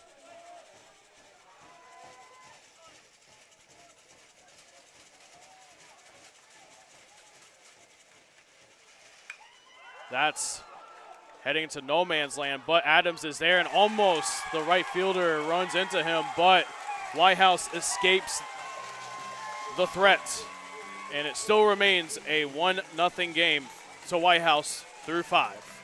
We'll be right back right after this on the Hornet Nation Broadcast Network, powered by KSAM Sports. At Mid-South Fiber Internet, we understand the importance of quality service. We don't just work here, we live here too. Helping our communities any way we can. Connecting communities one line at a time. Working around the clock for you. We are committed to service. Committed to our communities. We are committed to you. Mid-South Fiber Internet, local, reliable service you can count on. Sign up today at midsouthfiber.com. Welcome back to the Hornet Nation Broadcast Network, powered by KSAM Sports. Folks, just want to let you know that you can download the KSAM mobile app today on all Android and Apple devices. You can be at your car, you can be here at the game, you can be all the way in Whitehouse, Texas. You could be on your way to work, and wherever you may be, you can download the 101.7 KSAM app today on your mobile devices, where you can listen to today's best country and all of your favorites. Once again, available on all Apple and Android devices, the 101.7 KSAM mobile app. You got Hager coming in for Doris in right field. And Doris at first base. Doris at first, so Brian Parker Jr. out of the game. So he was not just courtesy run for, he was subbed in for. 8, 9, and 1 hitters due up. Going to be important for Van to get at least this hitter out first and still keep it a 1-0 game when your Hornet hitters had something going. First pitch is low and outside. No, it's in there for a strike. So, and I don't like the sign of this, BJ. You have Michael Dodolski going out there to the visitors' bullpen. Morin's at 80 pitches, and that's fouled away. And and the Hornet hitters could not touch Dodolski last time out, but they did see him quite a bit. And I imagine Greg Branch is thinking you got your top of the order due up for the Hornets, who have 6 outs to get. Do have somebody else working out there as well. 0-2, low and outside. Yeah, you feel like you let something slip past you in the last couple of innings. Early on with the throw out, pickoff attempt at second, and that one, no outs, runner at third. 2-2. And you couldn't get the run across. That was big.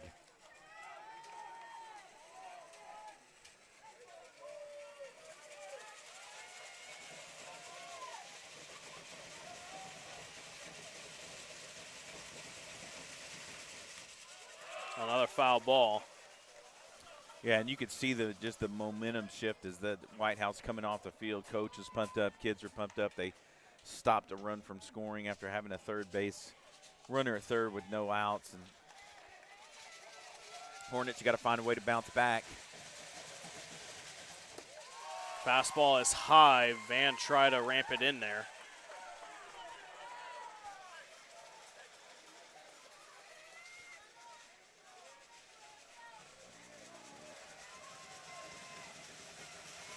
Pitch. Slow and outside. Leadoff base runner for the Wildcats.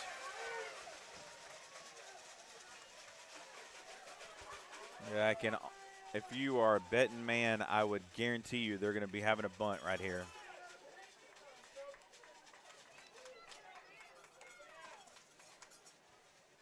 Courtesy runner for Woodley. Number 1. Number 1. That's believe, if I remember correctly, it's going to be Lane Hooker. That's right. I was thinking it was somebody else, but it was Lane Hooker, so I had it right in my mind. I just didn't want to say it'd be wrong. First pitch, bunts popped up. Brady got it, and he opted not to throw to first base. But either way, that's a big first out.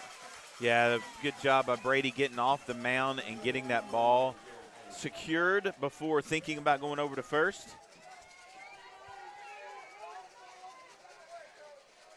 Good out to get, especially after letting the lead runner on.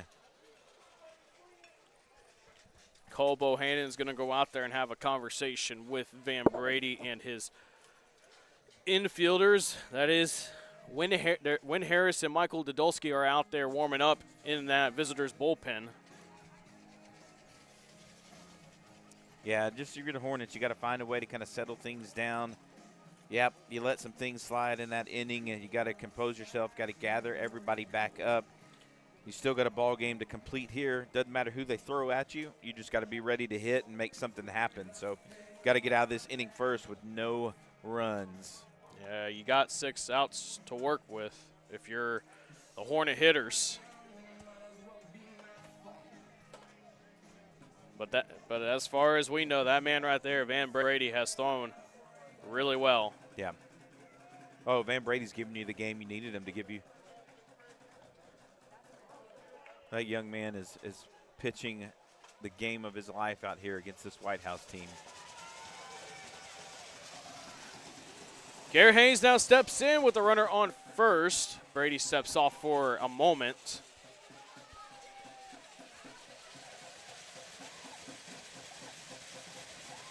Pitch.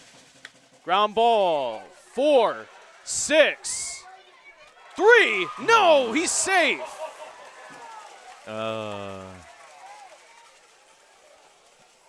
Maybe a little slow in the transition there by Stanley, but you got to make sure. Very close at first. Hey, you rather be sure to get that lead runner than to complete the double play sometimes, because if you're not accurate in that throw over the second and it goes to the left field, then chaos ensues. Oh, absolutely. Yeah, runner at second. You don't get the out there, you're big time trouble, but getting the out there. JoJo Adams now steps in, pick off the first. A bit of a lazy one, but it's just saying like, hey, I got my eye on you. Still wouldn't be surprised to add a bunt, even though there's 2 outs. He is over 2 in this one. Joe's bunt pulls back in the turf, gets behind Nieto. Yeah, Slater's got to be ready for it, kind of moving in late towards the pitch. It's a late bunt attempt there by Adams, but you have your 1, 2, 3 hitters due up in the next half inning. With just a 1-run game, that is a big deal, because that might be your last great chance of getting something in. Especially when you have 2 of their best pitchers warming up in that bullpen for Whitehouse. 1-0, runner goes. Pitch is outside for a ball. Throw down to second, and runner is safe. A bit of a collision out there, but either way, Whitehouse gets a runner in scoring position. Almost slid over the bag. Did Hayes, or not Hayes.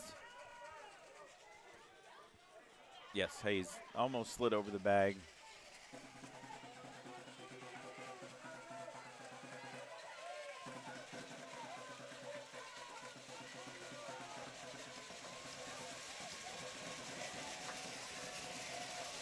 .20 count.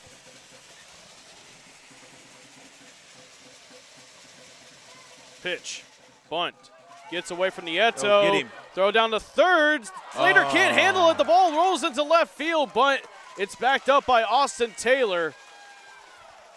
3-0 count. Runner at third. He was dead to rights there. Yeah, ball just could not, Jackson just could not keep the ball in his glove to get the out. Now be careful with the squeeze, could be coming on here.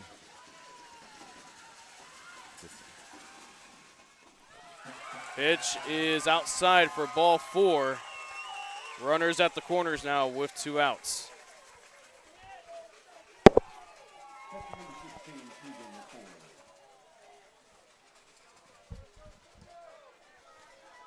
Yeah, you got runners on the corners here for the Hornets. That big run is at third base for sure. 2 outs. Get the batter. Don't worry about the third base. Runner at third. Get the batter or get the out at second or first. You're just looking for an out. Nieto probably giving his infield where he's going to go if they try a stolen base attempt.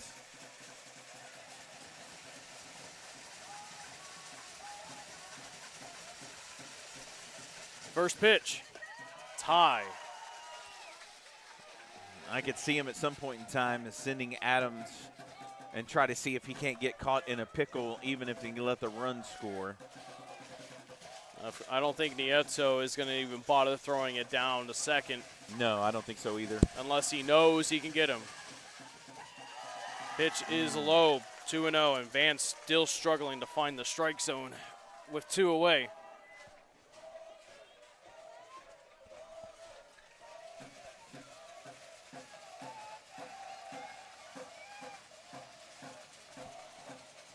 McCord. Still a red light. I wouldn't be surprised if there's at least a mound visit between Nieto and Brady.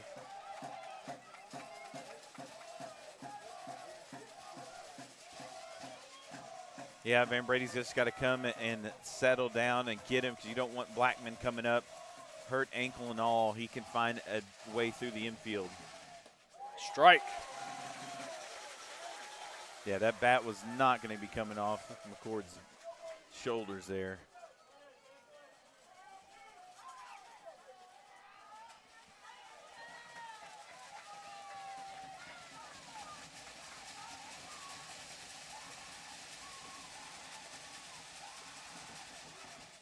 That gets away from Brady, and the bases are loaded with 2 away.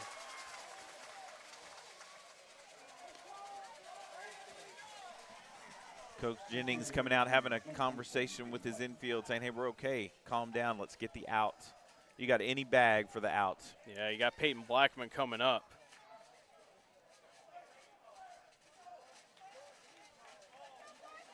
Yeah, nowhere else to put him. Van's going to have to challenge him. He's going to have to come after him.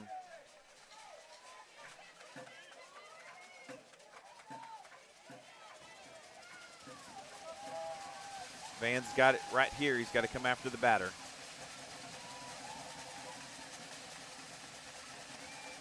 Pitch.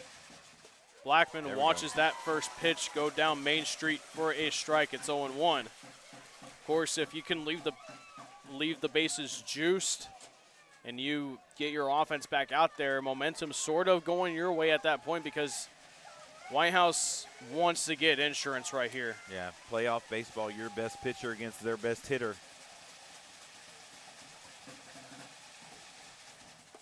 That breaker gets away from Van. It's 1-1. Remember, you still got Blackman who's playing with an injury, so if there is a slow ground ball in the infield, you don't have to rush it. You just got to get the out at first. So anywhere on the infield, knock it down. It gives you time to get it over.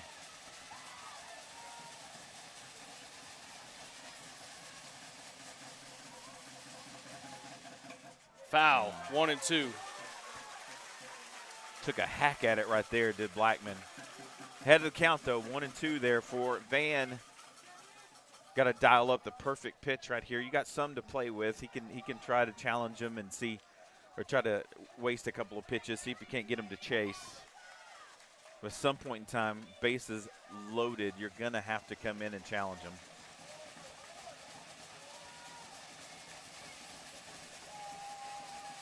Big pitch here. Runner at second Ooh, goes. Collin. That is called. Strike 3. What a big pitch there by Van. The man inside corner leaves Blackman frozen. Your offense comes up to bat, hopefully with a little bit of juice.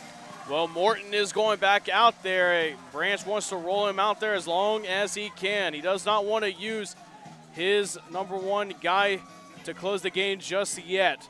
That's an affordable plumbing strikeout looking from Van Brady to send it to the bottom of the 6th inning.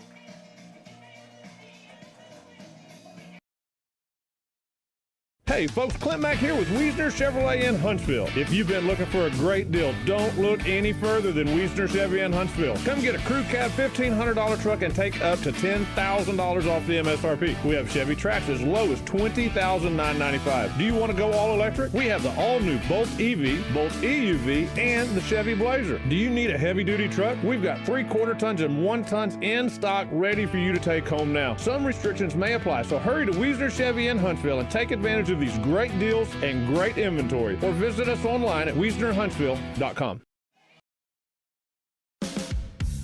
Affordable Plumbing Incorporated in Huntsville is a proud supporter of Hornet softball and baseball. Family owned and operated since 2000, Affordable Plumbing serves the plumbing needs of Huntsville, New Waverly, Trinity, and other surrounding areas. The company is backed by years and years of experience and strives to support the community in a courteous and professional manner for all your plumbing needs. Call them at 936-291-7886. Again, that's Affordable Plumbing at 936-291-7886. Sting 'em, Hornets!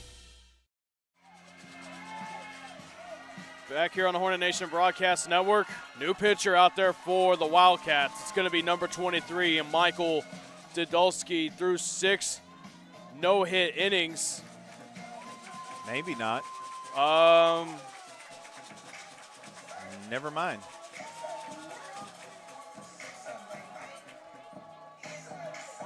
Okay.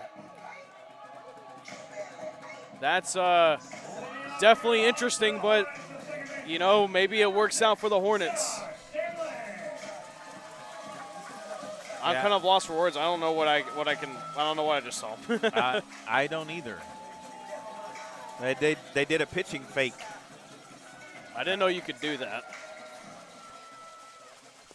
Well, Morton's still out there. First pitch to Stanley is outside the zone for a ball. We're underway.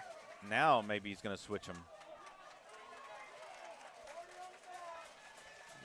Well, now Didulski is going out there, and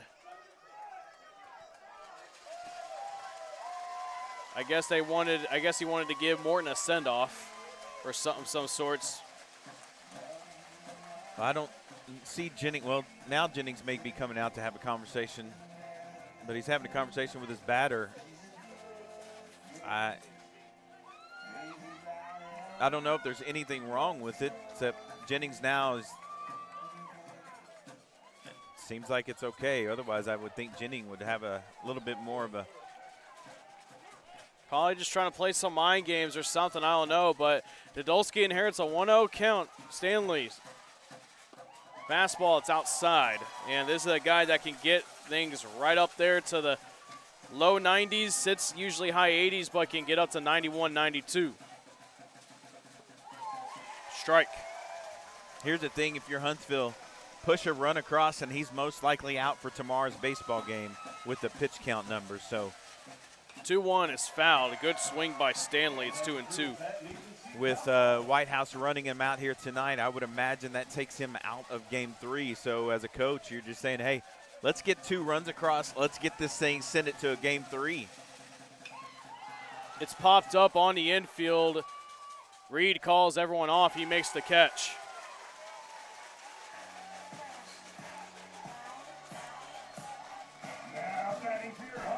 Oh, this matchup right here. Obviously, Didulski won it both times against Doris last time out. But in a spot like this, power on power. Didulski's first pitch to Doris. He puts the bump down. Didulski has it, slides on the knees, throw on the first, is safe. Infield single for Gage Doris. Man, laid down the bunt, surprised everybody, including me up here in the booth. May have surprised everybody, even Didulski, as he's going down to get that ball. It looks like he may have hurt himself a little bit on that slide. He's down at the pitcher's mound stretching things out.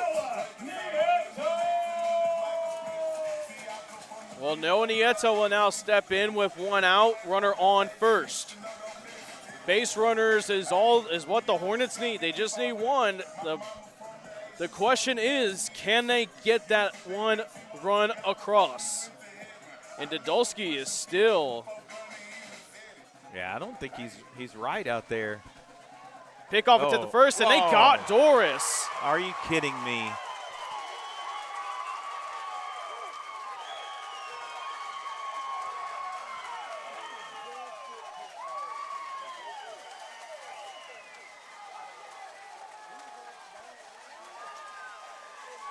Oh, my goodness.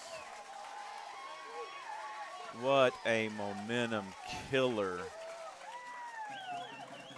You've got to be ready. Hey, first base coach Cole Bohannon was saying he was safe. First pitch to Nieto. Fly ball, left field. Going back to left fielder, but it will stay in the park. And the Hornets are down to their final 3 outs. We head to the 7th inning. Here on the Hornet Nation Broadcast Network, powered by KSAM Sports, Van Brady looking to throw 3 more to the dugout.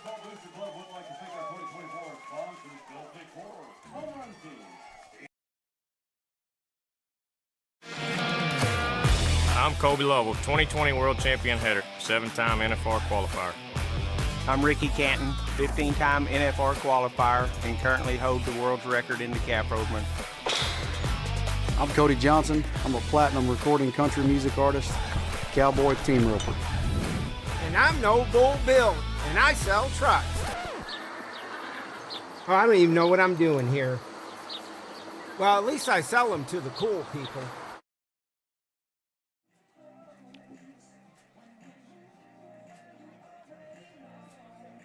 Back here on the Hornet Nation Broadcast Network, powered by KSAM Sports. Yeah, coming back, we had a momentum killer pick-off attempt that was successful for Whitehouse. That makes 2 pick-off attempts that killed some momentum. Hornets are going to find a way to get back up off the mat, get 3 big outs here, and then try to win it in a walk-off, or at least force a tie.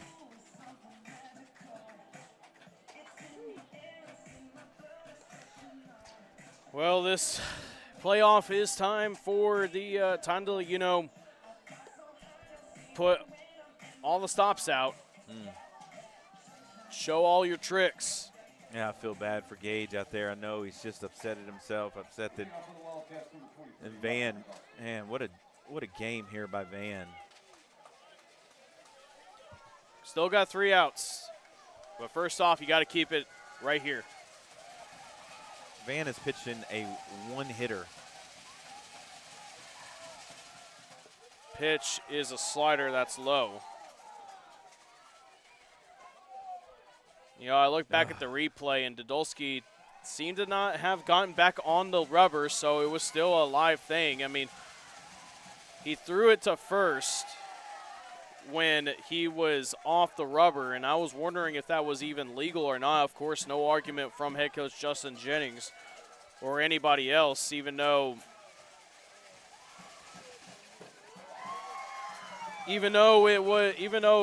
first base coach Cole Bahana thought he was safe, Nieto thought he was safe too, but that first base umpire has, of course, the call.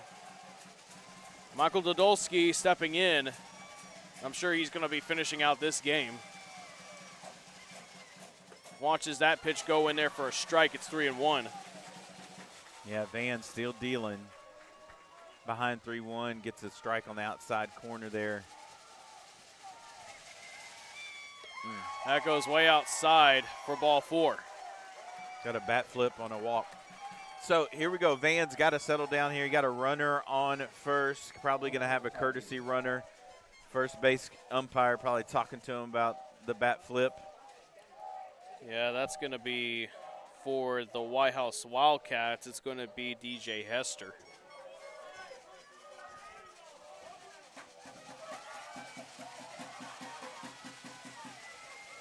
Time for the Huntsville Hornet defense to stand up, make some plays again behind their pitcher. Ty Davis shows bunt, gets it down, rolls on over to Slater. He has it, throw on the first, is in time. That's 1 away, but the sacrifice is successful. Yeah, it was successful. It was a really good bunt put down. Good job by Van peeling off and letting Jackson Slater get the ball there.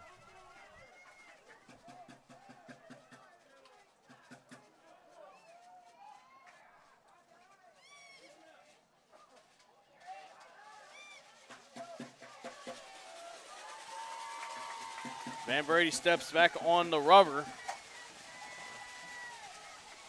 Facing off against Idrago.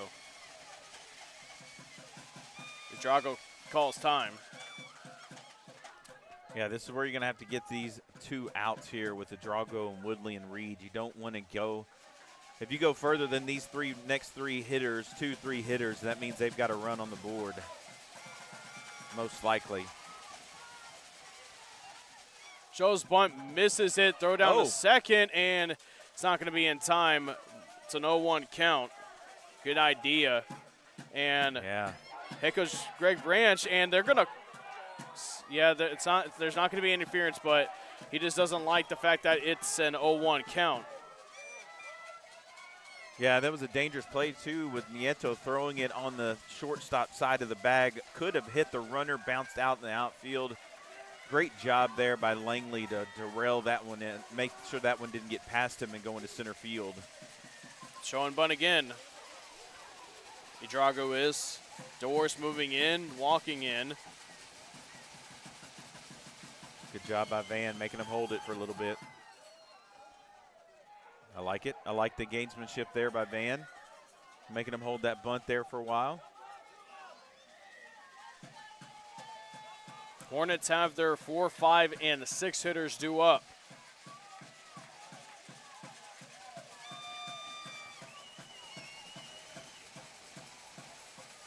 Oh. Runner goes. He steps off, throw the third, and in time. Man, they're going to try to say balk. I don't know why he's still standing there. It's not a balk. He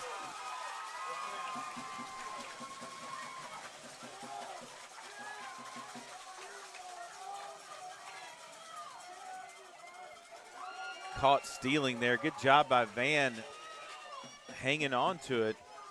Man, this game has had everything. Pitch inside. Well, it looked like Van was going to come from the stretch. That's why he took off early, or come from the windup. That's why he took off early, but Van had not made an approach to home plate yet. 1-1 in the turf rather. It's 2-1. I guess he just got it early because it looked like he was going from the windup, and he just made too early of a guess before Van made his move to home plate. Able to step off and get him at third. I do see Colton Gilbert warming up down in that third baseline in the home bullpen. Brady trying to get it out here. Fly ball to right center field. Hager going back. It's over his head. It's going to go all the way to the wall. Idrago can run for days. He's rounding second. He's heading to third. Throw comes in. He's going to hold up at third. That's a 2-out triple. Yeah, Hager just took a bad line on that ball. Came in too far, and then tried to recorrect and go outfield, out towards right center. Just took a bad line on the ball. The ball went over his head. Then you end up with a triple there for Idrago. Let's see what happens here. Cole Bohannon is going to go out there and talk to Van. I don't think they're going to go to Gilbert just yet.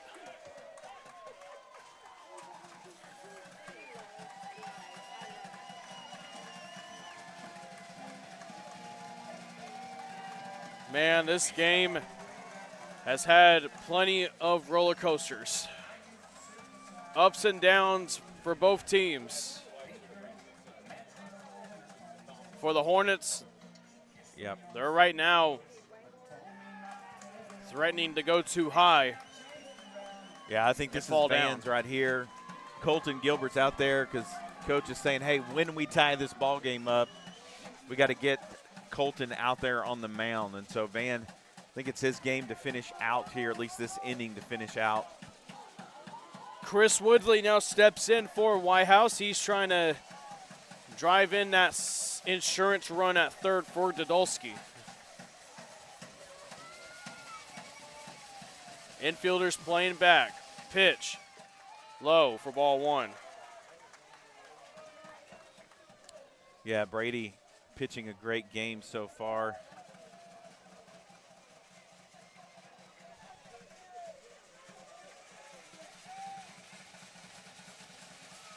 (1-0), 2 away in this top of the seventh inning. Pitch.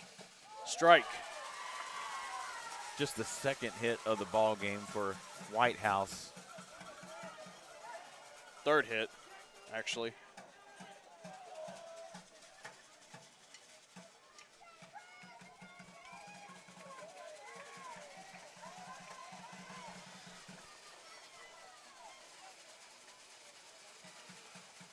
Swing and a miss. 1-2. Ahead in the count. Van This is that you want to get this guy right here. You want Woodley out. You want these next two, Woodley or Reed. If for some reason you lose Woodley here. Pitch. Oh, did he went go? around. Yes, he did. Swing and a miss. Van Brady has gone 7 innings of 1-run ball, but the Hornets are down to their final 3 outs. Can they get that game-tying run to cross the plate? Well, they have 3 outs to do it.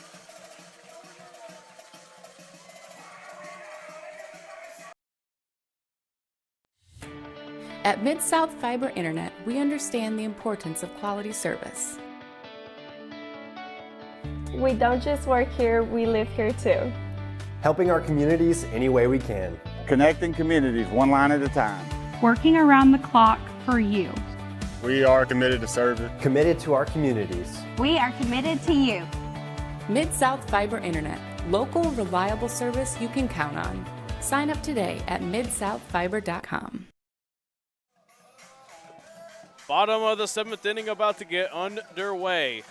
Nolan Hunt, Austin Taylor, and Johnny Waddell are due up. Yeah, you got a great ball game so far. This Whitehouse team is a tough bunch, and they just seem to make the plays when they need it. Hornets so far have shot themselves in the foot just a little bit, but the game is not over. You still have a last bat. These 3 guys, you get something on, it's a 1-run game. You just got to push one across to extend this game. And so I know Coach is telling them, I want Colton Gilbert out there pitching, but he doesn't pitch if we don't get a run across. Let's get it across. Michael Dodolski back out there on the rubber.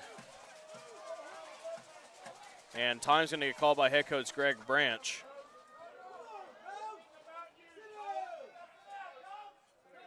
Are they going to make a change, or is there a change they have to make note? I don't know, maybe a fake change. We've had a couple of fake changes. Maybe another.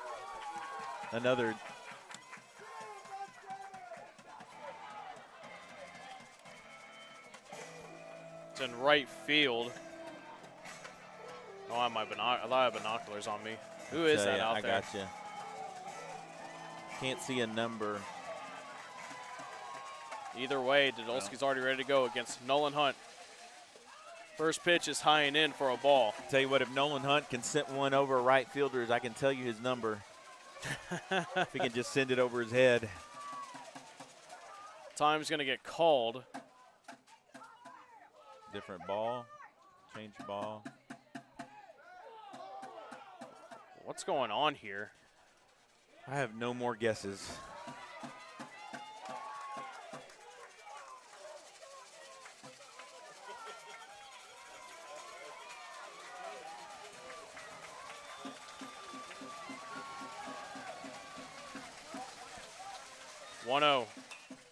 That's going to go foul. It's 1-1.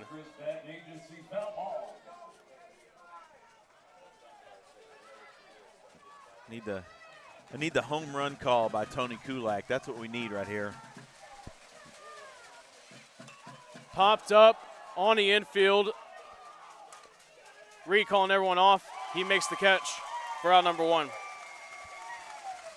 Yeah, Hunt just put a swing on it, got underneath it, too much underneath it. Now batting for your Huntsville Hornets, solo left fielder, number 1, Austin Taylor. Taylor will now step in with 1 away.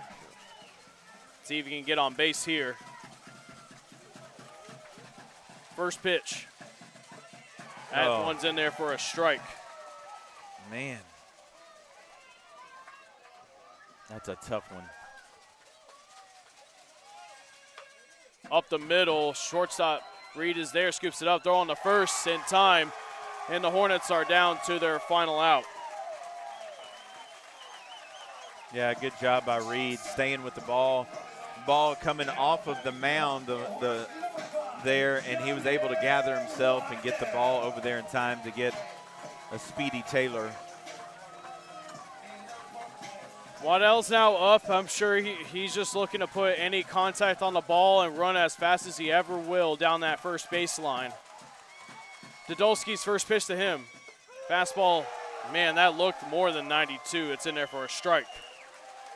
Yeah, he's amped up right now.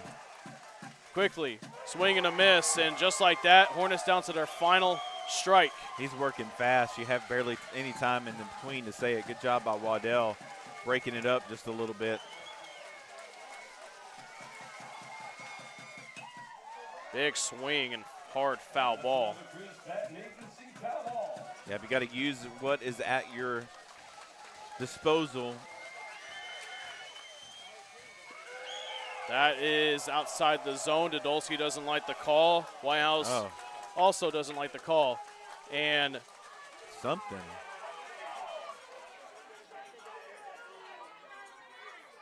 I guess Dodolski, the home plate umpire doesn't like the fact that Dodolski kind of showed him up right there. I guess he's working too fast. He's not respecting the time call.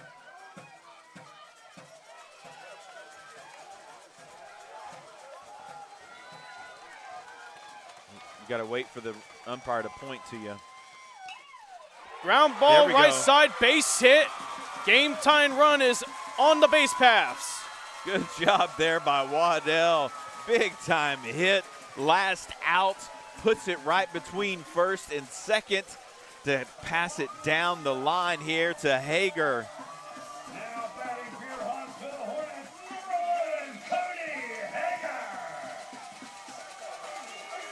Hager. Man. Looking for any ball down, looking for a ball down the gap, down the lines. Anything that could score that game tying run possibly. Pitch. Oh. Line drive, that's going to go foul. Oh, man. This JV call-up in the year and the biggest bat of the season for him. Just about tied this game up, sending it down the third baseline. Just foul. What a big moment for this kid right here if he can get one through the infield. Pickoff attempt to first is not in time. Yeah, we don't need another one of those. I'm sure Waddell has all of his attention on what Dodolski's going to try to do. 0-1.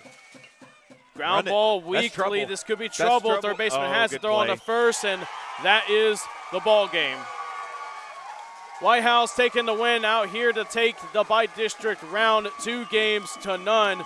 They move on over to the area round, and the Huntsville Hornets once again exit out of the first round.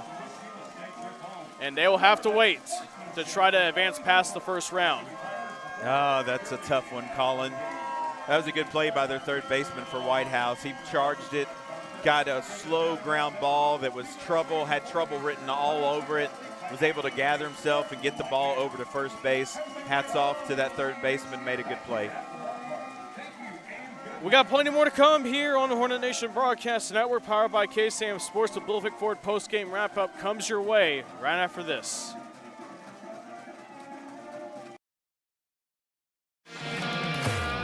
I'm Kobe Lovell, 2020 World Champion hitter, 7-time NFR qualifier. I'm Ricky Canton, 15-time NFR qualifier, and currently hold the world's record in the calf rovement. I'm Cody Johnson. I'm a platinum recording country music artist, cowboy team roper. And I'm No Bull Bill, and I sell trucks. Oh, I don't even know what I'm doing here. Well, at least I sell them to the cool people.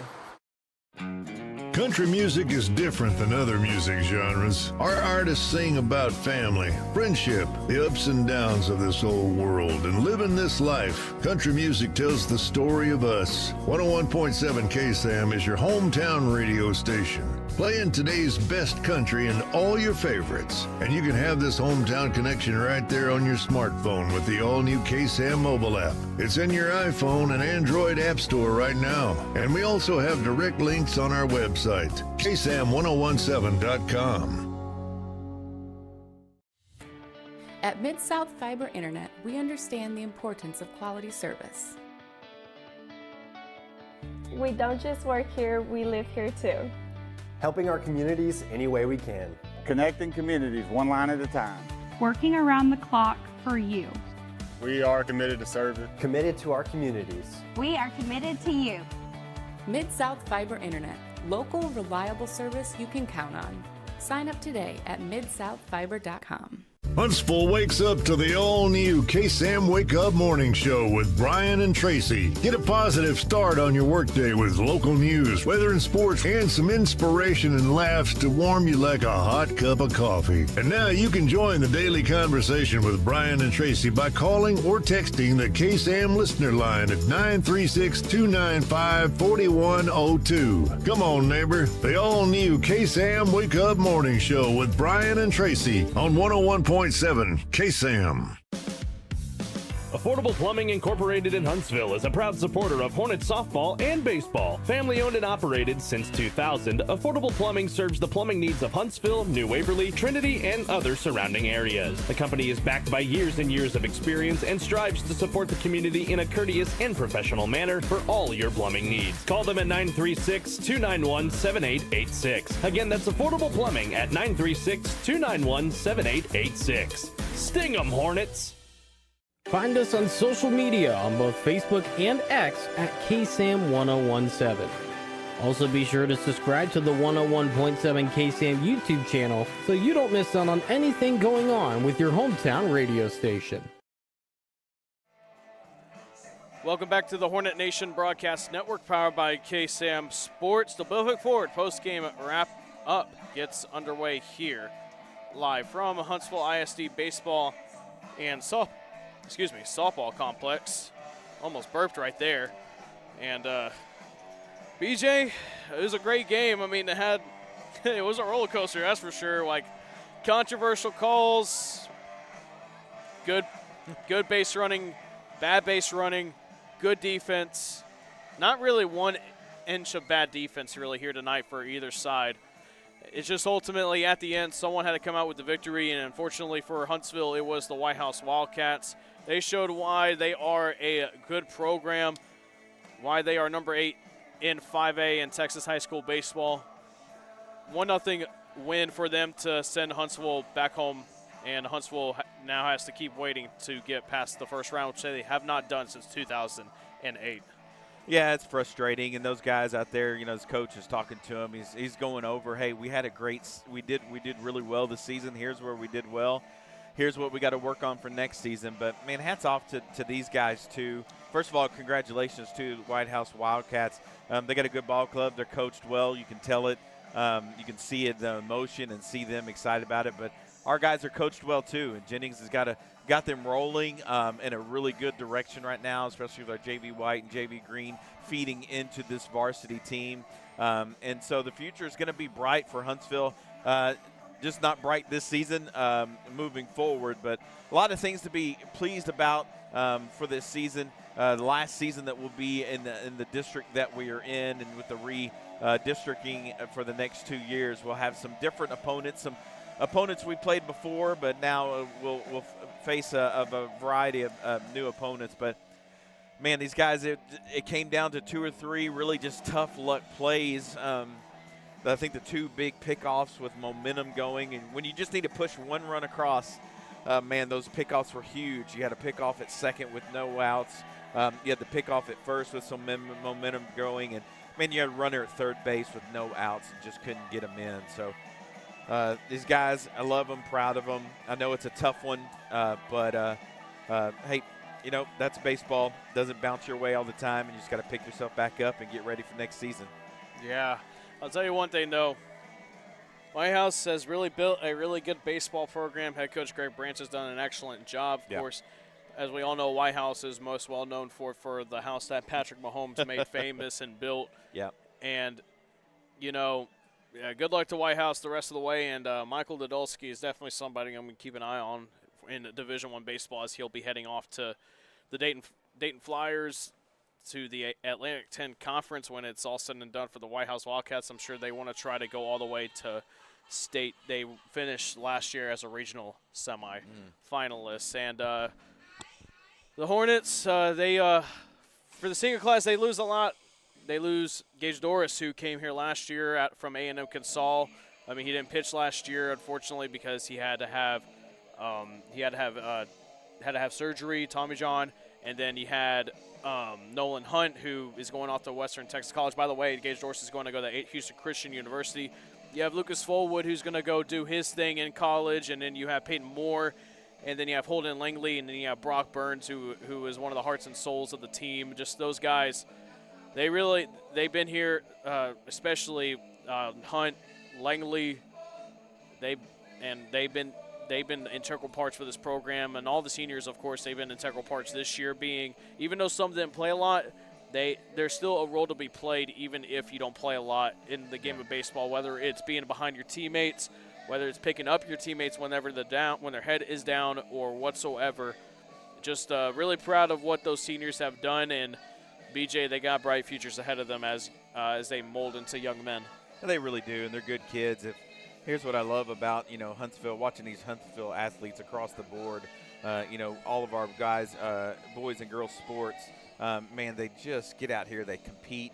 I mean, there's things we know in sports that Van Brady on the mound for him. I know we get him back next year, but, just in these moments, it's what builds character. It's what builds things that we want into our young men and young women. And so getting to see them out here competing and cheering for them and wanting to see them do well, but also being there for them when it just doesn't turn out in your favor. And so, these guys they do a great job. Our coaching staff, they do a great job. Coach Southern does a great job of all of our athletics. It's just, man, there's a lot of positive things happening in Huntsville, and it's just really neat to be out and to be a part of it. So I would encourage anyone out there. School's coming to close, but 2024, 2025 is just around the corner. And, man, there's so much excitement buzzing, no pun intended, buzzing around this place. Come out, be a part of it, and support these kids. Absolutely. And speaking of him, Van Brady is going to be your player of the game tonight. Absolutely. Through a 7-inning, 3-hit, 1-run game. What an amazing performance for a young man that's only primed to get better. Yeah, man, that's a junior returning. That was your stud this year. That's returning for next year. And so, I mean, they've got some players down there, and they've got some players that they're cultivating and growing up too in the JV teams. And so Coach Jennings, it's going to have them coached up for next year. Here's the great thing. You have this wonderful complex that you get to practice all year around on, rain or shine, and we've seen plenty of the rain part over the past couple of days. And so lots of work to be done, right here close to the school. And, man, what a great event, great outing, a great place just to be out here at Hornet Field. Yeah, that's your player of the game, Van Brady, presented by Bill Fick Ford.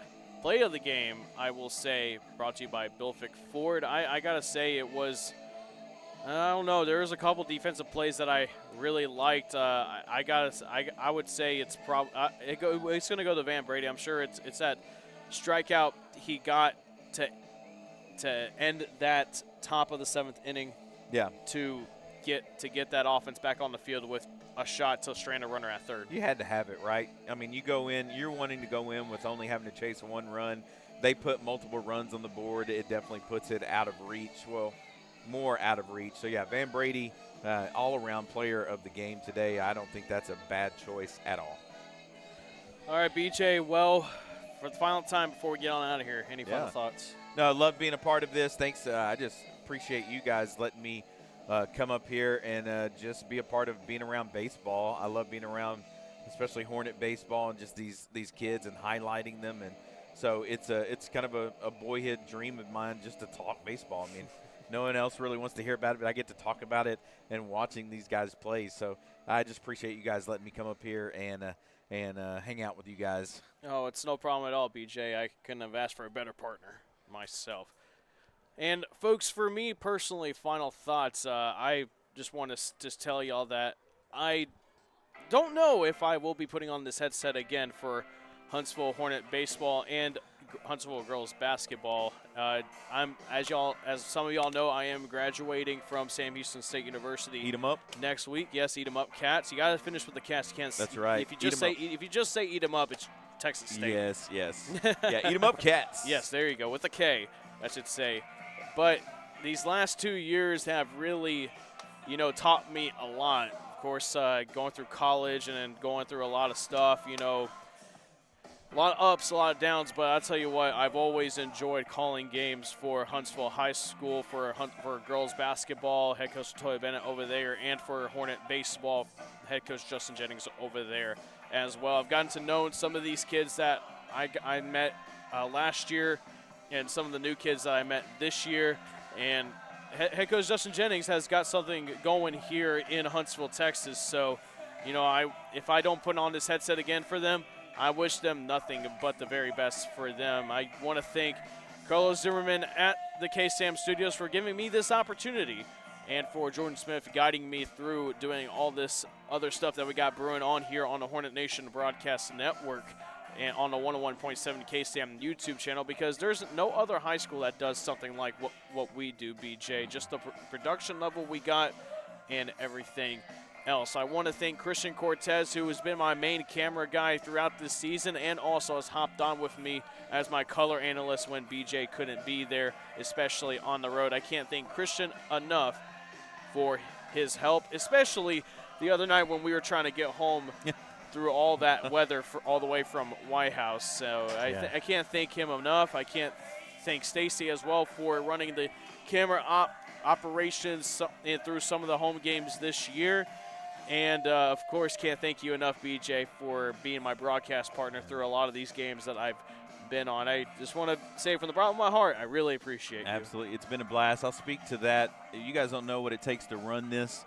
I could take a picture and show you all the things that are involved in audio and video and Stream Deck and there's just a lot of stuff that goes into this, and to take it on the road.